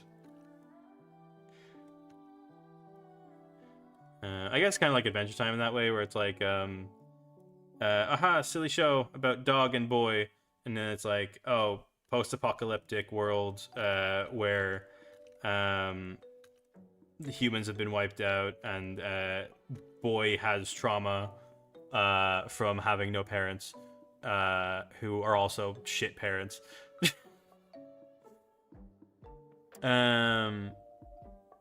It's funny how transparent art can be. I remember pitching someone a show and telling what I find interesting about the characters, and it was so blatantly just about where I was mentally. That's completely fair. I think that's exactly the case a lot of the time, is you're like, okay, here's this idea, and it's just like, it's where you are at that point in your life. It's like maybe all the small little things, like, oh, there's this goofy thing here and there's that thing there, but it's like, it's just analogous, right, for whatever you're going through at the time.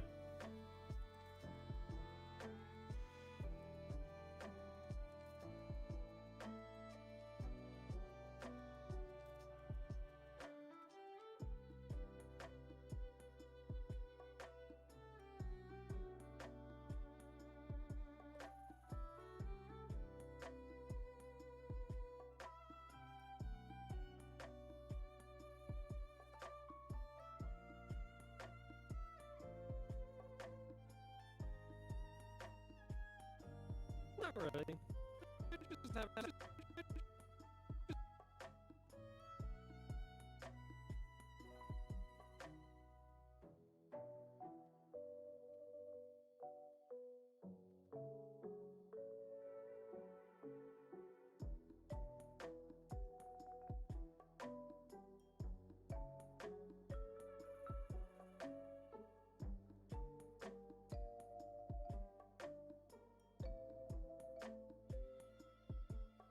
I mean, I could probably just steal that head. I don't have to redraw it. The luxury of doing roughs. You don't need to worry about the cleanup side of things, and so you can just copy and paste all the time. Why did I say it like that?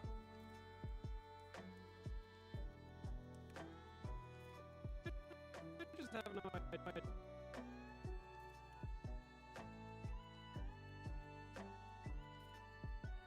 Not really. I just have no idea how to fix it. Where's the audio? Why are you all the way over there? Should be up at the top. Why are you not labeled audio either? Billy, why did you do this to yourself? You want to be able to read the audio lines. So you can go from the pause to... Really? I just have no idea how to fix it.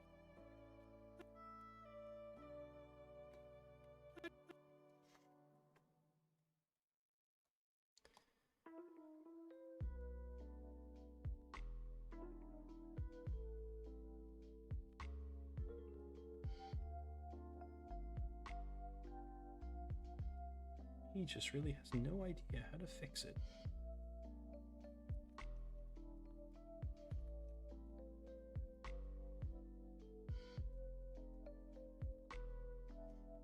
I just have no idea.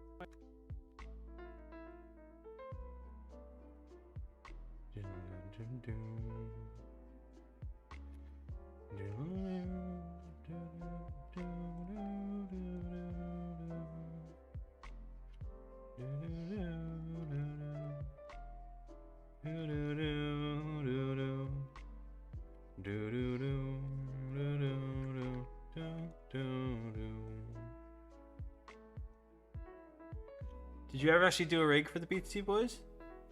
Like a 2D rig? Yes and no.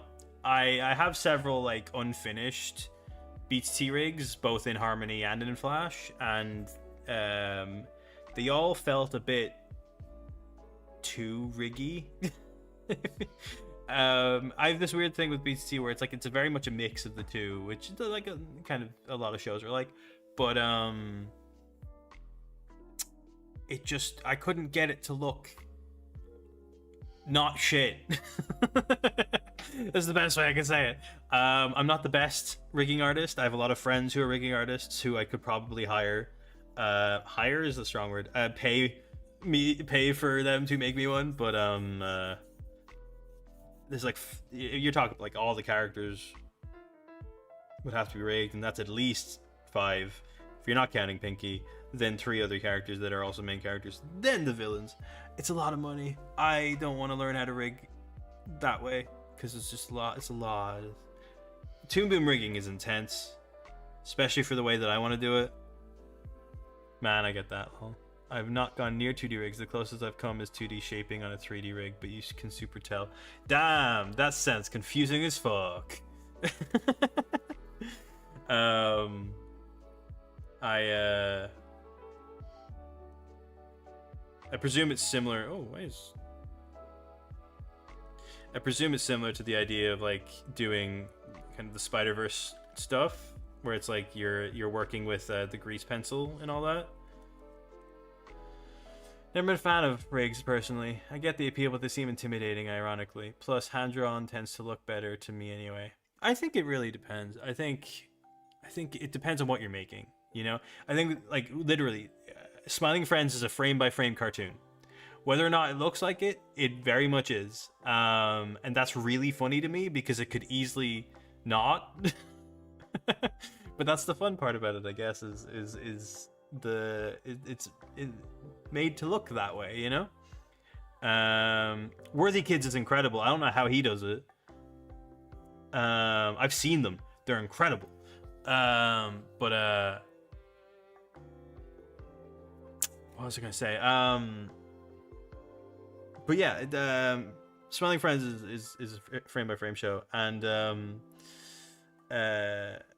but I've also worked with you know, rigging cartoons as well, and it really just depends. Homestar Runner does look good with primitive rigs. I mean, think about it this way: fucking LT Grey was a rigged show, you know, but that looked super clean. I think it really just depends on the style, you know. But I mean, my favorite rigged show of all time is the Tangled series, because it's just, first off, the lineless helps a lot with the transitioning between rotations, but also just like, it's just pretty. That would be what I would strive to if I ever did 2D rigging. Would maybe not for BTC, but something like, I mean, no, actually, here's a great one. Hilda. That kind of rigging animation is phenomenal as well. And I think if I were to ever do BTT rigged, I would want it to be of that quality, because then I could really push things. Unlike now, sadly. But I think if I had the power to have rigs like that, I think I would really push the boundaries a bit more, you know? I feel like I don't have enough time with drawing everything to push those boundaries as much. Which is why I'm excited for the Fright Night thing, because I don't need it to come out soon. I just want it to come out soon. You know, it's different. But it gives me something to look forward to. I'm on Sakugaburu all the time because I really just want to find animation that inspires the fuck out of me. But then I never get to actually work on that kind of animation. You know, I gotta start practicing more. Sometimes you don't need to make a show to practice, but it's either practice or show for me. I'm just dumb that way. I just have no idea how to fix it.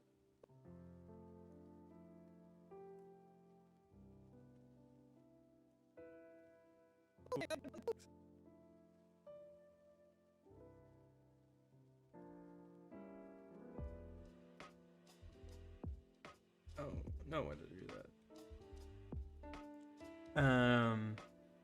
I've heard good things about Moho, but new software is scary. Moho seems to be fucking incredible. I'm trying to remember what the show was. I can't remember, but I once visited a place in Ireland called Cavalier, which is an animation studio down in Dublin, and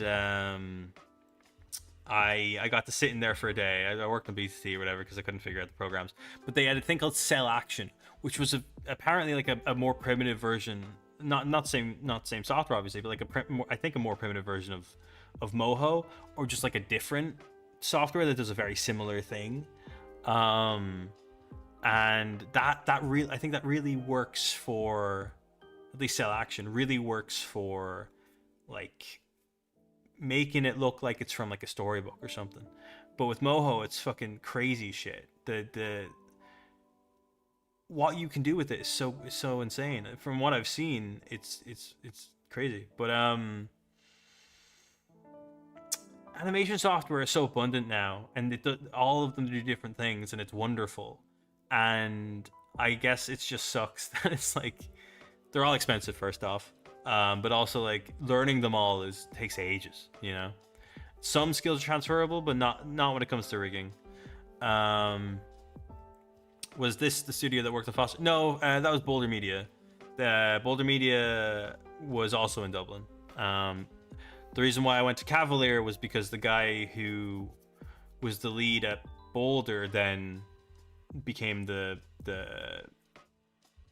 big head of Cavalier for a while, and so I got to visit for fun. But yeah, Boulder did Foster's. They did the LT Gray. They did Randy Cunningham. They did Gumball for the first season. They did the new Danger Mouse series. They did the 3D department did the My Little Pony movie that came out all those years ago, the 3D one. And then I think now they're working on stuff, or no, they worked on stuff for Hasbro for a while, and I think now they're back to being independent or something. Boulder are great. They're doing some amazing stuff right now, I think. There's a new show that came out, that's coming out, that they are working on. I can't remember the name. What else? It'd be hard to pull away from Blender. I only wish the grease pencil was better. Here's the thing. I think a lot more companies in the 3D space are using Blender. I don't think pulling away will be necessary necessarily. I think, especially because skills are transferable. When I went from Maya to Blender, I found it a fairly simple transition because, like I said, transferable skills. But yeah, I'd say don't worry about Blender too much, because it seems like that's going to be industry standard these days, at least for a lot of things. Which is wonderful because it's an open source program.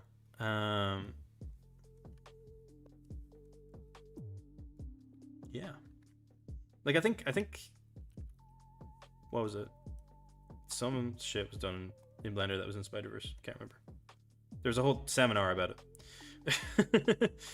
A whole TED talk, I think it was. I can't.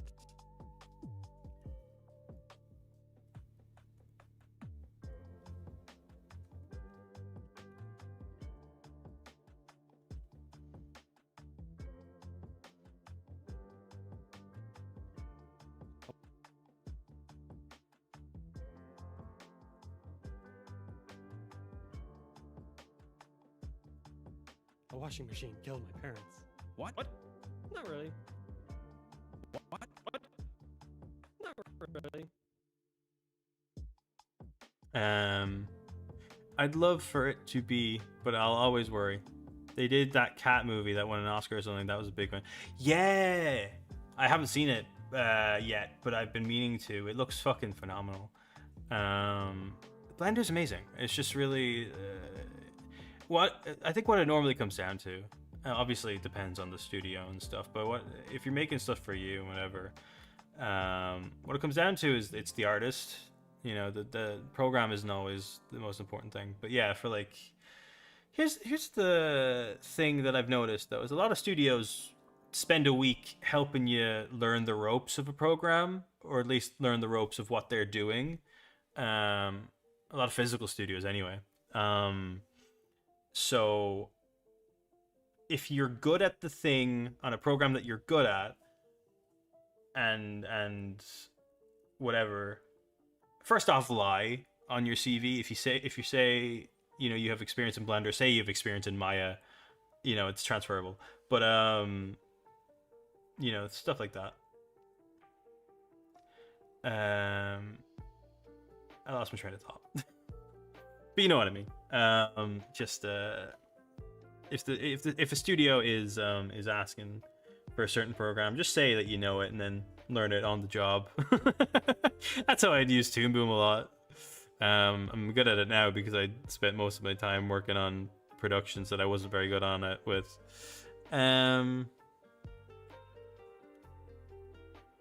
No, Blender's incredibly modular. There's loads of add-ons because it's probably the open source thing, right? I think with Maya it's all Autodesk, you know, and they you have to go through them for all that bullshit. So there's that too. So yeah, I don't know many other 3D programs. I know there are. I'm not very well versed with them. Try by the person who didn't know how to use it. That's the issue with Blender. You need to look up tutorials. I think what I find interesting is the amount of people who I've met who don't like using tutorials. And I get like working on a program and just kind of learning the interface as you make shit or as you try and make shit. But if Toon Boom and Blender and stuff like that, when they have a whole lot of different tabs for different things, my recommendation is, yes, please mess around with it as much as you can, but also please look at tutorials if you're learning how to do it. It will help in the long run. Oh, I've been lying like a sinner. Even still, the intricacies of production can be intimidating. There are so many specific jobs. Very true. The issue with being hired for anything is it's obviously a lot of dedication of applying and stuff, but at the end of the day, it's luck, which is the sad thing. You know, I can't say that I got onto stuff just because I was talented or skilled enough. Sometimes it was connections, sometimes it was my own perseverance and constant applying, and then sometimes it was just down to luck of the draw. Best thing is to keep optimistic. You know, if you believe you have skill, that skill is going to show eventually. Especially if you show pride in your work, especially if you have an air of confidence about yourself that you're like, I should get this job. I'm going to believe I get this job, and if I don't, that sucks and that's really upsetting. However, that's just not for me right now, and it will give me notes on, you know, if you ask the people that are hiring you, if they'll respond, obviously, what can I do, you know, what is there to improve on? If they say nothing, fucking just guess. But it's just practice sometimes, and it's also just like they're not. A lot of studios have cliques, and they'll hire out people, or they'll open up job listings, but know very well that they're going to hire a certain amount of people that they've already hired before, that kind of thing. But yeah, it's really down to the luck of the draw and who you know. But you'll eventually get there. You know, you'll start, even if you start small and build up, you'll make connections that way, and they'll get you further along. It's a hard thing to do. I struggle with it all the time. You know, I have connections and friends who are in the industry, and ask them to refer me, and it's often difficult to keep up with, or feel like you're the problem. You're not. I can promise you, from somebody who dealt with that last year, it's just time and just luck, and it will eventually happen. You just got to keep at it, you know. My mother likes to talk about feasts and famines. Sometimes you'll get a really great break, and really, you know, really have a lot good going on. And sometimes things will go really shit, and they'll be shit for a bit. But things balance out, things even out, and so what you really want to do, you'll find a way to do it. You know, perseverance and confidence is key, and always reassure yourself that like it's not you. You know, it's just you didn't get the luck of the draw. For me, that just meant keep practicing. You know, if I wanted to be a part of a production or something similar, I would practice their style and practice their animation in my own time. It's funny. For context, I was gonna apply for a lot of studios around me. They're like a fair distance away, so it'd be a long commute. But I wanted to apply anyway if I could get a remote gig, and I have a bunch of friends who work in these studios and stuff, and got, you know, asked them what would be good in a reel and stuff like that. And a friend of mine was like, please show more Toon Boom rigged animation. And so I literally spent a week just making a few shots with like properly learning how to mess with these rigs and stuff, and I got really good at it, but it didn't get me anywhere, you know. So it's they're great to have now in my reel, because I took the time to work on them, but you know, I didn't get picked out. They didn't, you know, they weren't, those didn't add necessarily to me getting more picked. It was just about the luck of the draw once again.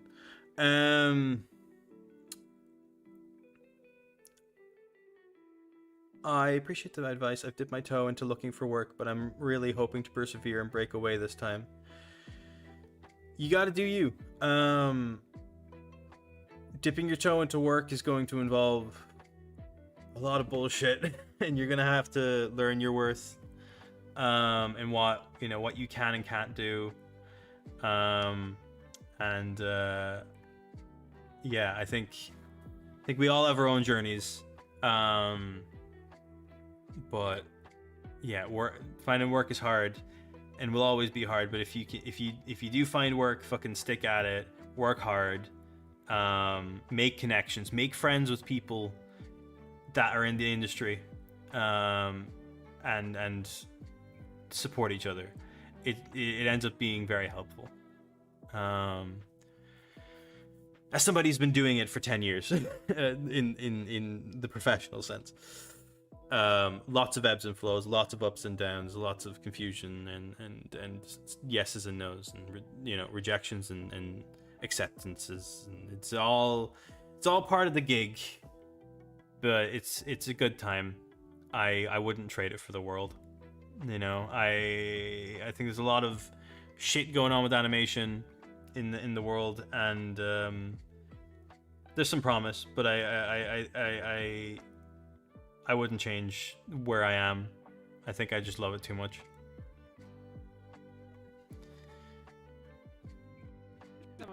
Because like, what else?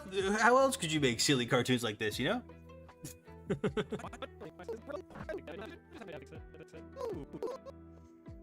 Sorry, I probably am a downer. I thought I was being inspiring. I probably sound more like a fucking, downer. But let's see here. Haven't made an animation reel in years. Only a VA one. I'm the opposite. I haven't made a voice reel in years. Do you think moving made much of a difference? I didn't move for work, so for me, no. It didn't really add a whole lot. I'm kind of working in the same circles I did before I moved out. Because I'm down in the bottom of the country in England, where there's not many studios. So for me personally, no, it didn't really work out. But I think if you're in Ireland and you have the capabilities, like, capability is not the word. If you have the stability, that's the one. To like move somewhere closer to studios and stuff, that's probably a good idea.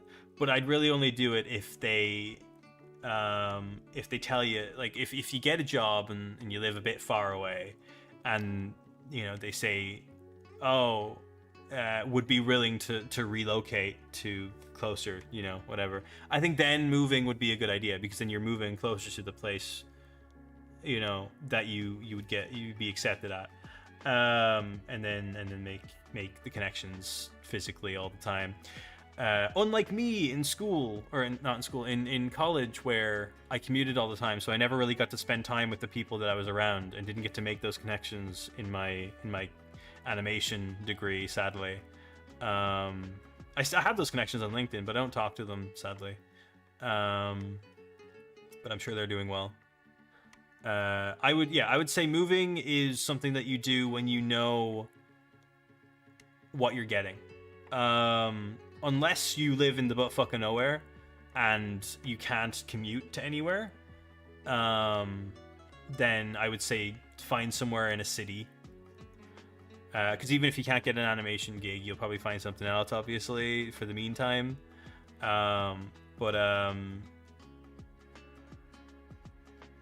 Yeah. Moving's a hard thing to kind of figure out when it comes to, like, finding work. Especially because a lot of animation is remote now. I've noticed this with a lot of the surrounding studios that are in the South. Is that most of the time they're remote. Most of the time they're actually not in the studio. And so, yeah, moving maybe isn't as necessary as it used to be. But yeah, if you live in the butt fucking nowhere, then obviously, and you want to meet people in the industry, you gotta get out there. I know there's a Dublin animation meetup all the time. I know that you and I are both in the same circles when it comes to that Irish Emerald Isle Artist Collective. I would say mingle with the people in there a bit more if you want to kind of make those connections too, because they all seem to be from different walks of life when it comes to artistic expression. Yeah, mingling, connection, it really gets you far. Sorry, I'm so boring. I feel I'm trying to give some good advice, I think, but sorry if I'm just not sounding that great, I guess. I'm sorry. I should be animated. This is different. I don't know.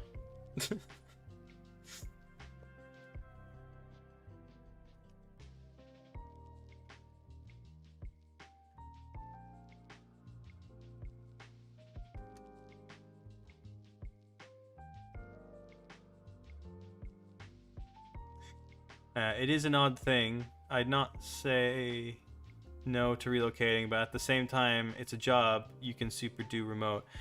That's the thing. Like, I think a lot of animators, or even just kind of people that I've worked with, have been like thinking about like the kind of what was it called, van life situation. Because like if you can work from anywhere, Personally, I barely fucking I struggle to work from home, let alone I really want to work in-house somewhere and like physically, because I worked in-house in the Adult Swim thing for Smiling Friends, and that was great, but it was all remote because we're all different parts of the world. So I would love to really work somewhere physically, and I think that's the kind of the strive for every animator, artist, whatever it is, because like you want to make those physical connections, you want to hang out with people and share stories and bond over that kind of thing, but yeah,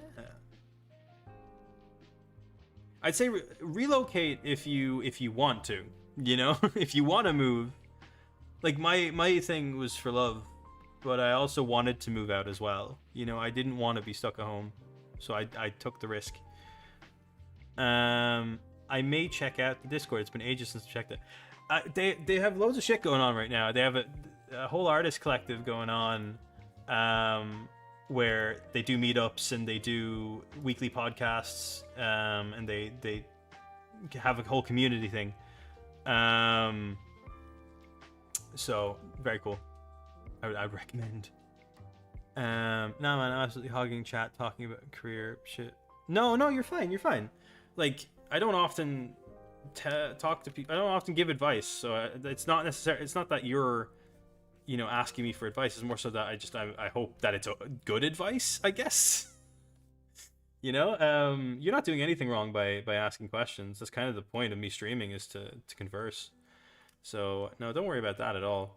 I just it's one of those things where it's like you are a professional at a thing, but you don't think you're a professional at a thing. So giving advice is weird.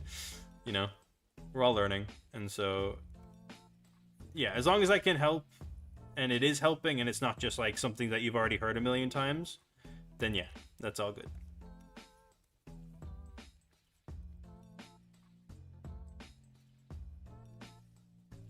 Okay, Billy, why the fuck did you make him look normal? He's supposed to look excited. He's supposed to be like, ooh, excited, wee. Why did I say it like that? Yeah, see, look. You gotta have tiny little eyeballs.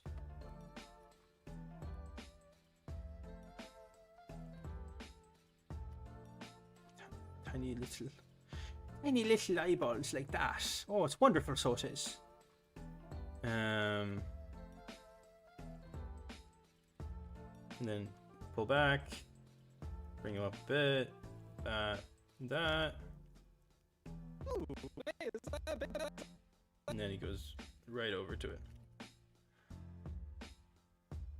Very much appreciate the advice. You're doing a stellar job. That's good. I'm pretty sure that I'm doing some sort of a talk for a friend in university in January or February with two other Smiling Friends people. So I kind of have to have something in my head about giving advice, I guess. I don't know if that's set in stone yet, but the idea of doing any kind of talk sounds daunting. I've never done one before. I haven't even done fucking podcasts for people in years. I feel really horrible because I had somebody who like reached out, and I was at a place in my life where I was not talking to anybody, and I wouldn't reply, and I felt really bad because I really wanted to do it, because it was about BTT and stuff. But yeah, I don't know if that was just because of where I was in my life or because of executive dysfunction or something. I don't know. But yeah, that line went dead, sadly.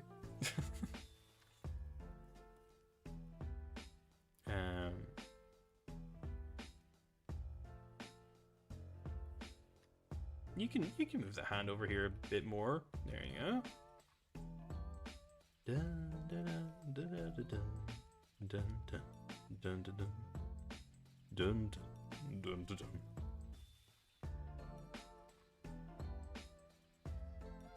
What if his neck was really long?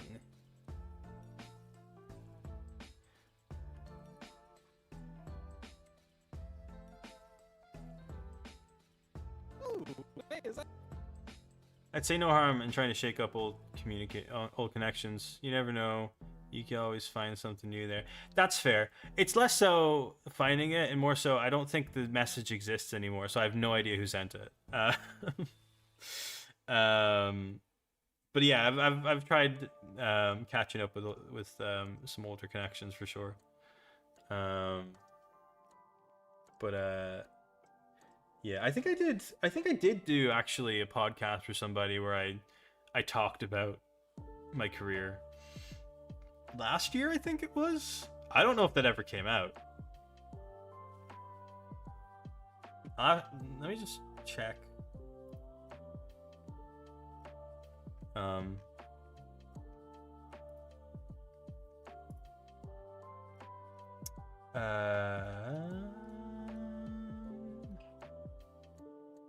Actually don't know.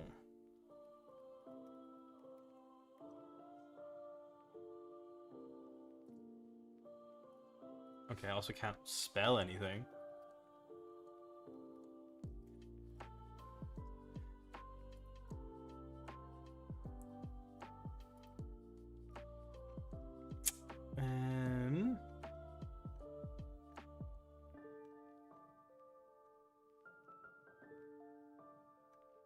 No, it definitely did not come out.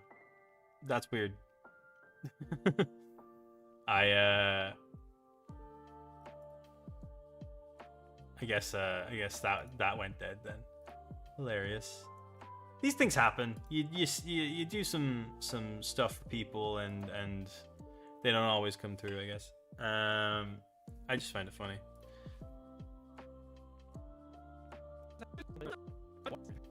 Parents. What? Not really. I just have no idea how to fix it. Ooh, wait, is that a big red button? Okay, big red button. I think after this Gavin posing session, I think I'm gonna log off for the evening, because I still have to go to the shop and get dinner. I haven't eaten since breakfast, which was I think about 10 o'clock. So, did I have anything in between? No, I don't think so.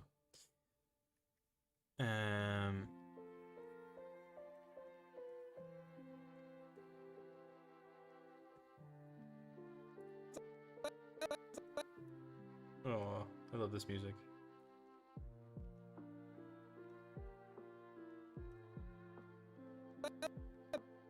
I think this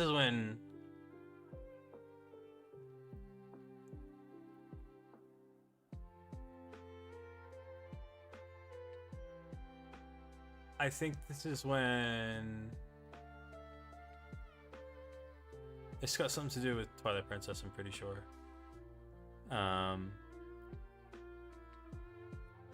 Is it Ilia? When she gets... No, it's because... Unless it's just a peaceful town at the start of the game. Could be. It's a lovely piece of music anyway. A big red... Ooh, wait, is that...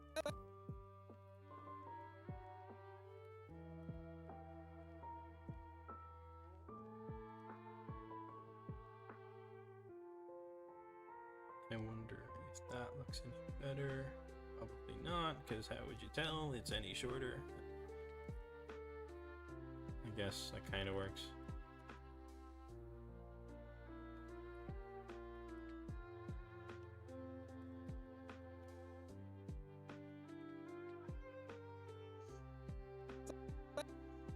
What if his eyes were really big?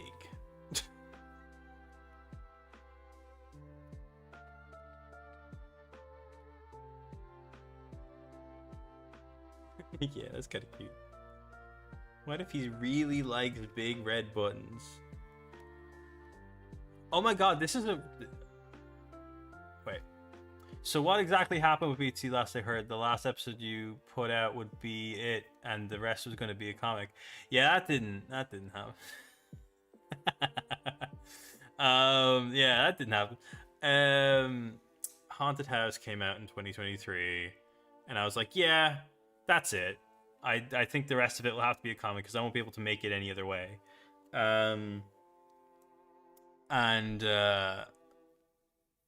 I couldn't help but want to make more because it was available to me. But 2024 was like a year of 2023 and 2024 were like a years of just, it was a year and a half of just like wanting to make a comic out of it, but not really getting the motivation to. There's drawings of like the first few pages of Not So Superheroes as a comic, and they look good. I wasn't feeling it, I guess. I was also still trying to figure out the new character designs, because for a while there I wanted Billy to have kind of his hair look different and have this kind of vibe going on with his outside things, because it like looked kind of different than, you know, I was like, oh, silhouettes. And I don't at least for Not So Superheroes for now, I have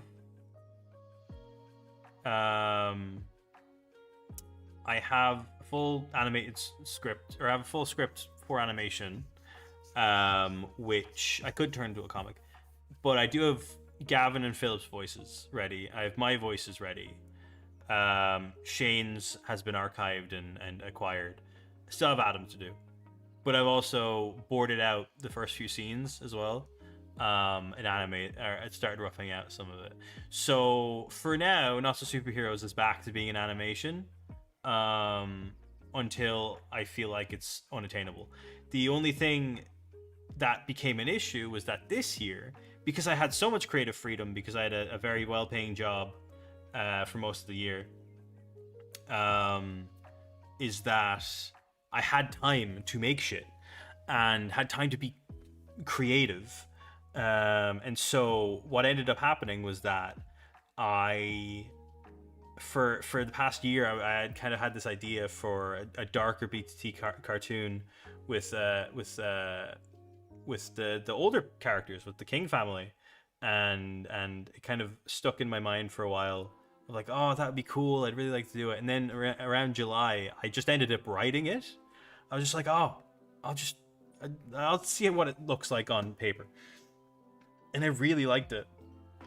And so I kept writing it. And then I was like, oh, wait a minute. I want to make this now. So that happened. I got really into the story, really into the characters, and they're kind of my little tortured souls. But then I was also like, well, I need to make a BTT cartoon in case this doesn't go well. And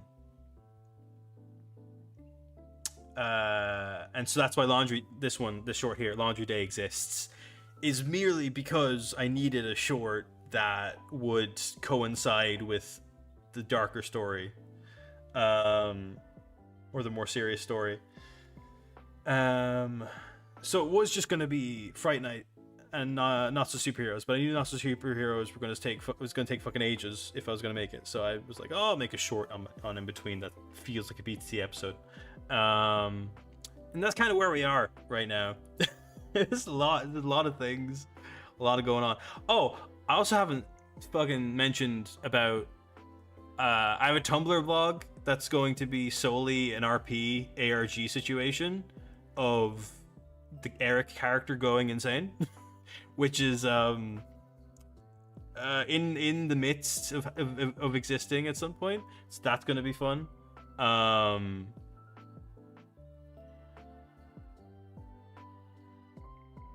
am I reading? Ability of Shadow. Yeah, that was kind of what the vibe was, I guess, actually, now that I think about it.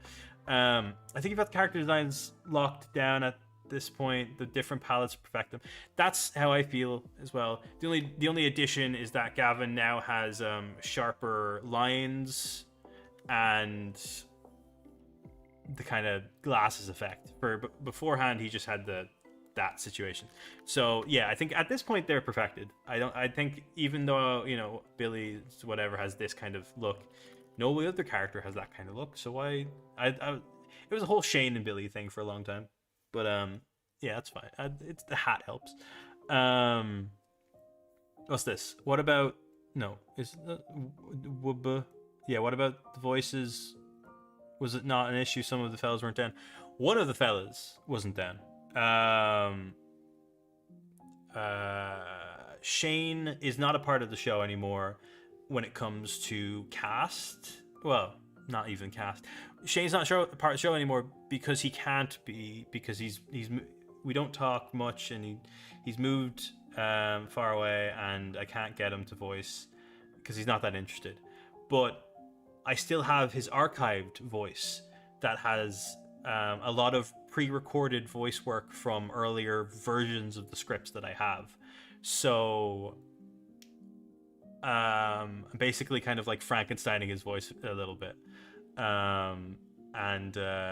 Which helps for the finale episode because he doesn't speak a lot at all, which is the only one he didn't record for. So realistically, the voice stuff isn't that much of an issue. I was worried Philip and Gavin would not be down, but when I asked them to do Not So Superheroes last year or this year, whenever I was back in Ireland, they were totally down for it. So I was like, okay, that works. They still seem very down for it. Philip and Gav seem to really like it still. So if I ever need retakes, they're always down. But yeah, I don't know. I think for now I'm enjoying making whatever it is. If it makes me happy, that's all that really matters. Even if it doesn't eventually come out, you know, I have these streams to look back on, or I have just the footage of what's there, and that makes me happy at least. It's practice either way. Sucks he's not into it, but it's good. It's not as much of a hurdle. Yeah, I mean, you're talking like he hasn't been into it and has been moved away since 2019. It's been 5 years. I've had time to figure it out. So basically, this the further that the cartoon goes, the less Shane speaks, which is just the fact of the matter with things. And you know, it's not like I'm going to synthesize his voice or anything like that. That'd be fucked up. And who knows? Maybe one day he'll be like, "Oh, if you ever plan on doing BTT again with stuff, I'd love to voice my character again." You know, if he ends up saying that, that'd be great. I don't plan on recasting him, so. But yeah, I'm happy with the way things are right now, at least. Because plot-wise, Shane doesn't need to speak much when it comes to the final episode. He gets how would you call it? Not gagged. What's the he gets a thing covered over his mouth, duct taped, whatever it is. So he can't speak. He just kind of shouts. He just goes. Woo! So that's fine. We can figure that out.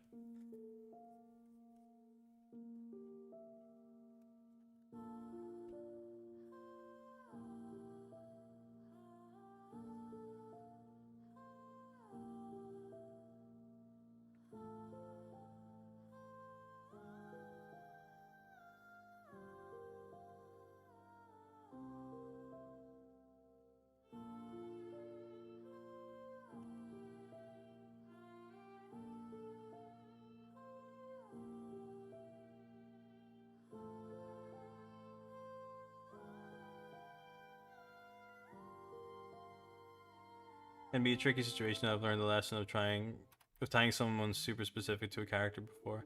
Yeah, it's not easy. Like the issue is I have a lot of friends back home who would love to have who would love to have replaced them, you know, and I would have loved that too, but at the same time, it's not the same thing. I would have to change the entire story, and I can't really do that. At this point, it's too far gone. So the only way of doing it is to remove him slowly, to a point where I can end the show and then make something new. Because I do have an end plan, and that I can either end the show with everything going to shit, which I think is way more fun, or I can finalize it in a comic book. And because I know what the story's going to be after the downfall of everything.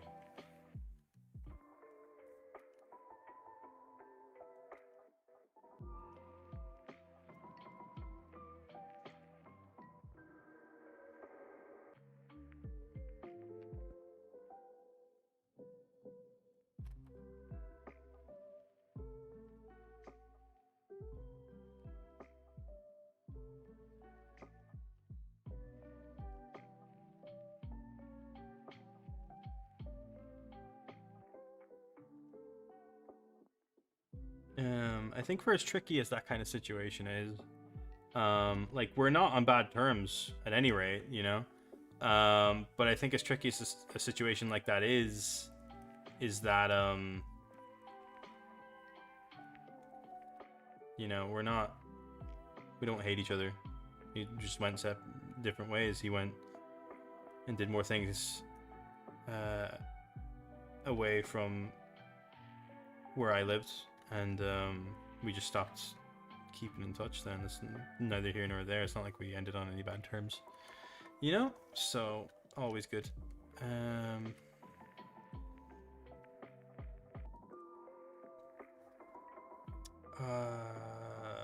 I obviously, if Gavin or Philip end up not wanting to do it anymore, or God forbid anything happens, then I will be fucked, and that's when it will be a comic. And all the scrap will go onto my Patreon or go onto a video of some sort of like the downfall of Billy's Toon Times. But yeah. Jesus Christ, his fucking forearm's huge in this. Why the fuck did I do that?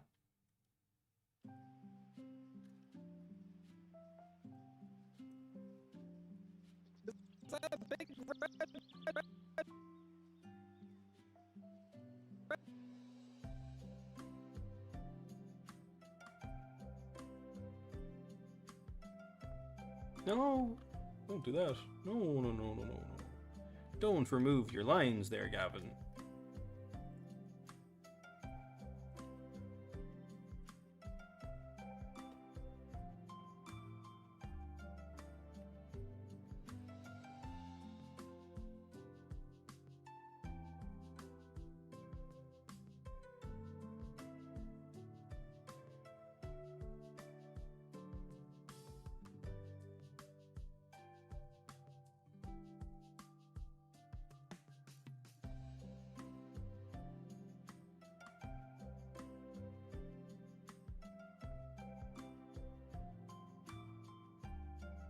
Big arm. Or shortened arm.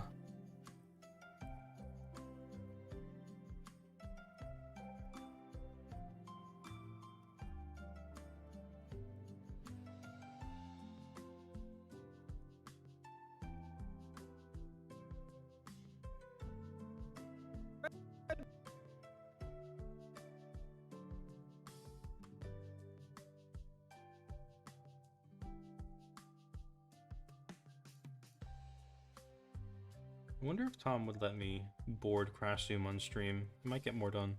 I don't know. That'd be interesting. Or maybe animated on stream, who knows?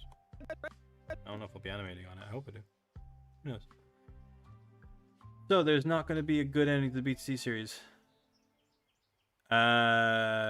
Technically no. I've, for a very long time, at least for about 5 or 6 years, I've wanted BTT to end, at least the season, to end on a really sour note, so that people can like make their own headcanons about what happens. And if I ever do have the budget and the people, or just the time, that I'll make either a final cartoon or comic about them fixing that issue. But as far as season 2 goes, it's always ended on a bad note. Because I think that's interesting. And I think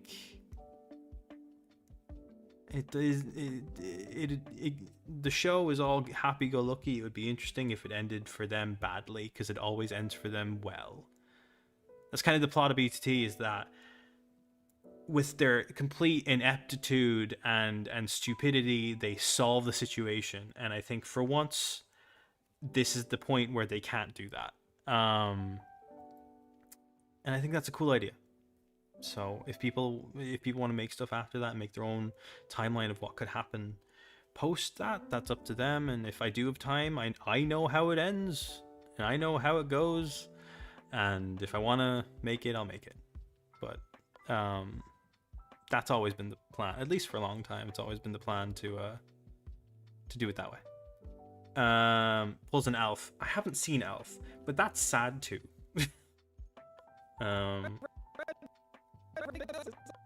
So Gavin. Big red button. Gavin should be further over here. Big red button. And then maybe his foot is there or something. No way, you can't have an idea. Is there Crash Zoom news? I think Tom's talked about it in his Patreon, but Crash Zoom is happening. I'm doing boards on it for now, so can't say anything about it, but it's in existence.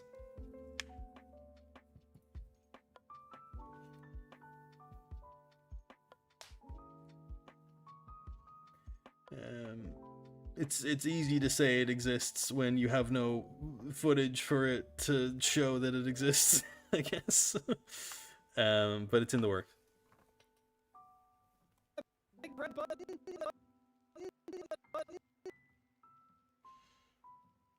Love Camera Pan, my favorite cartoon. Oh, it's so good. You know, I love when they pan the camera. Okay, so sadly, not much A animation, washing machine killed my. but I have done some key poses, which is always good. Right? Can you figure this out? I can't. A washing machine killed my parents. What? Not really. I just have no idea how to fix it. Ooh, wait, is that a big red button? That's gonna be fun to animate, actually. That'll be silly.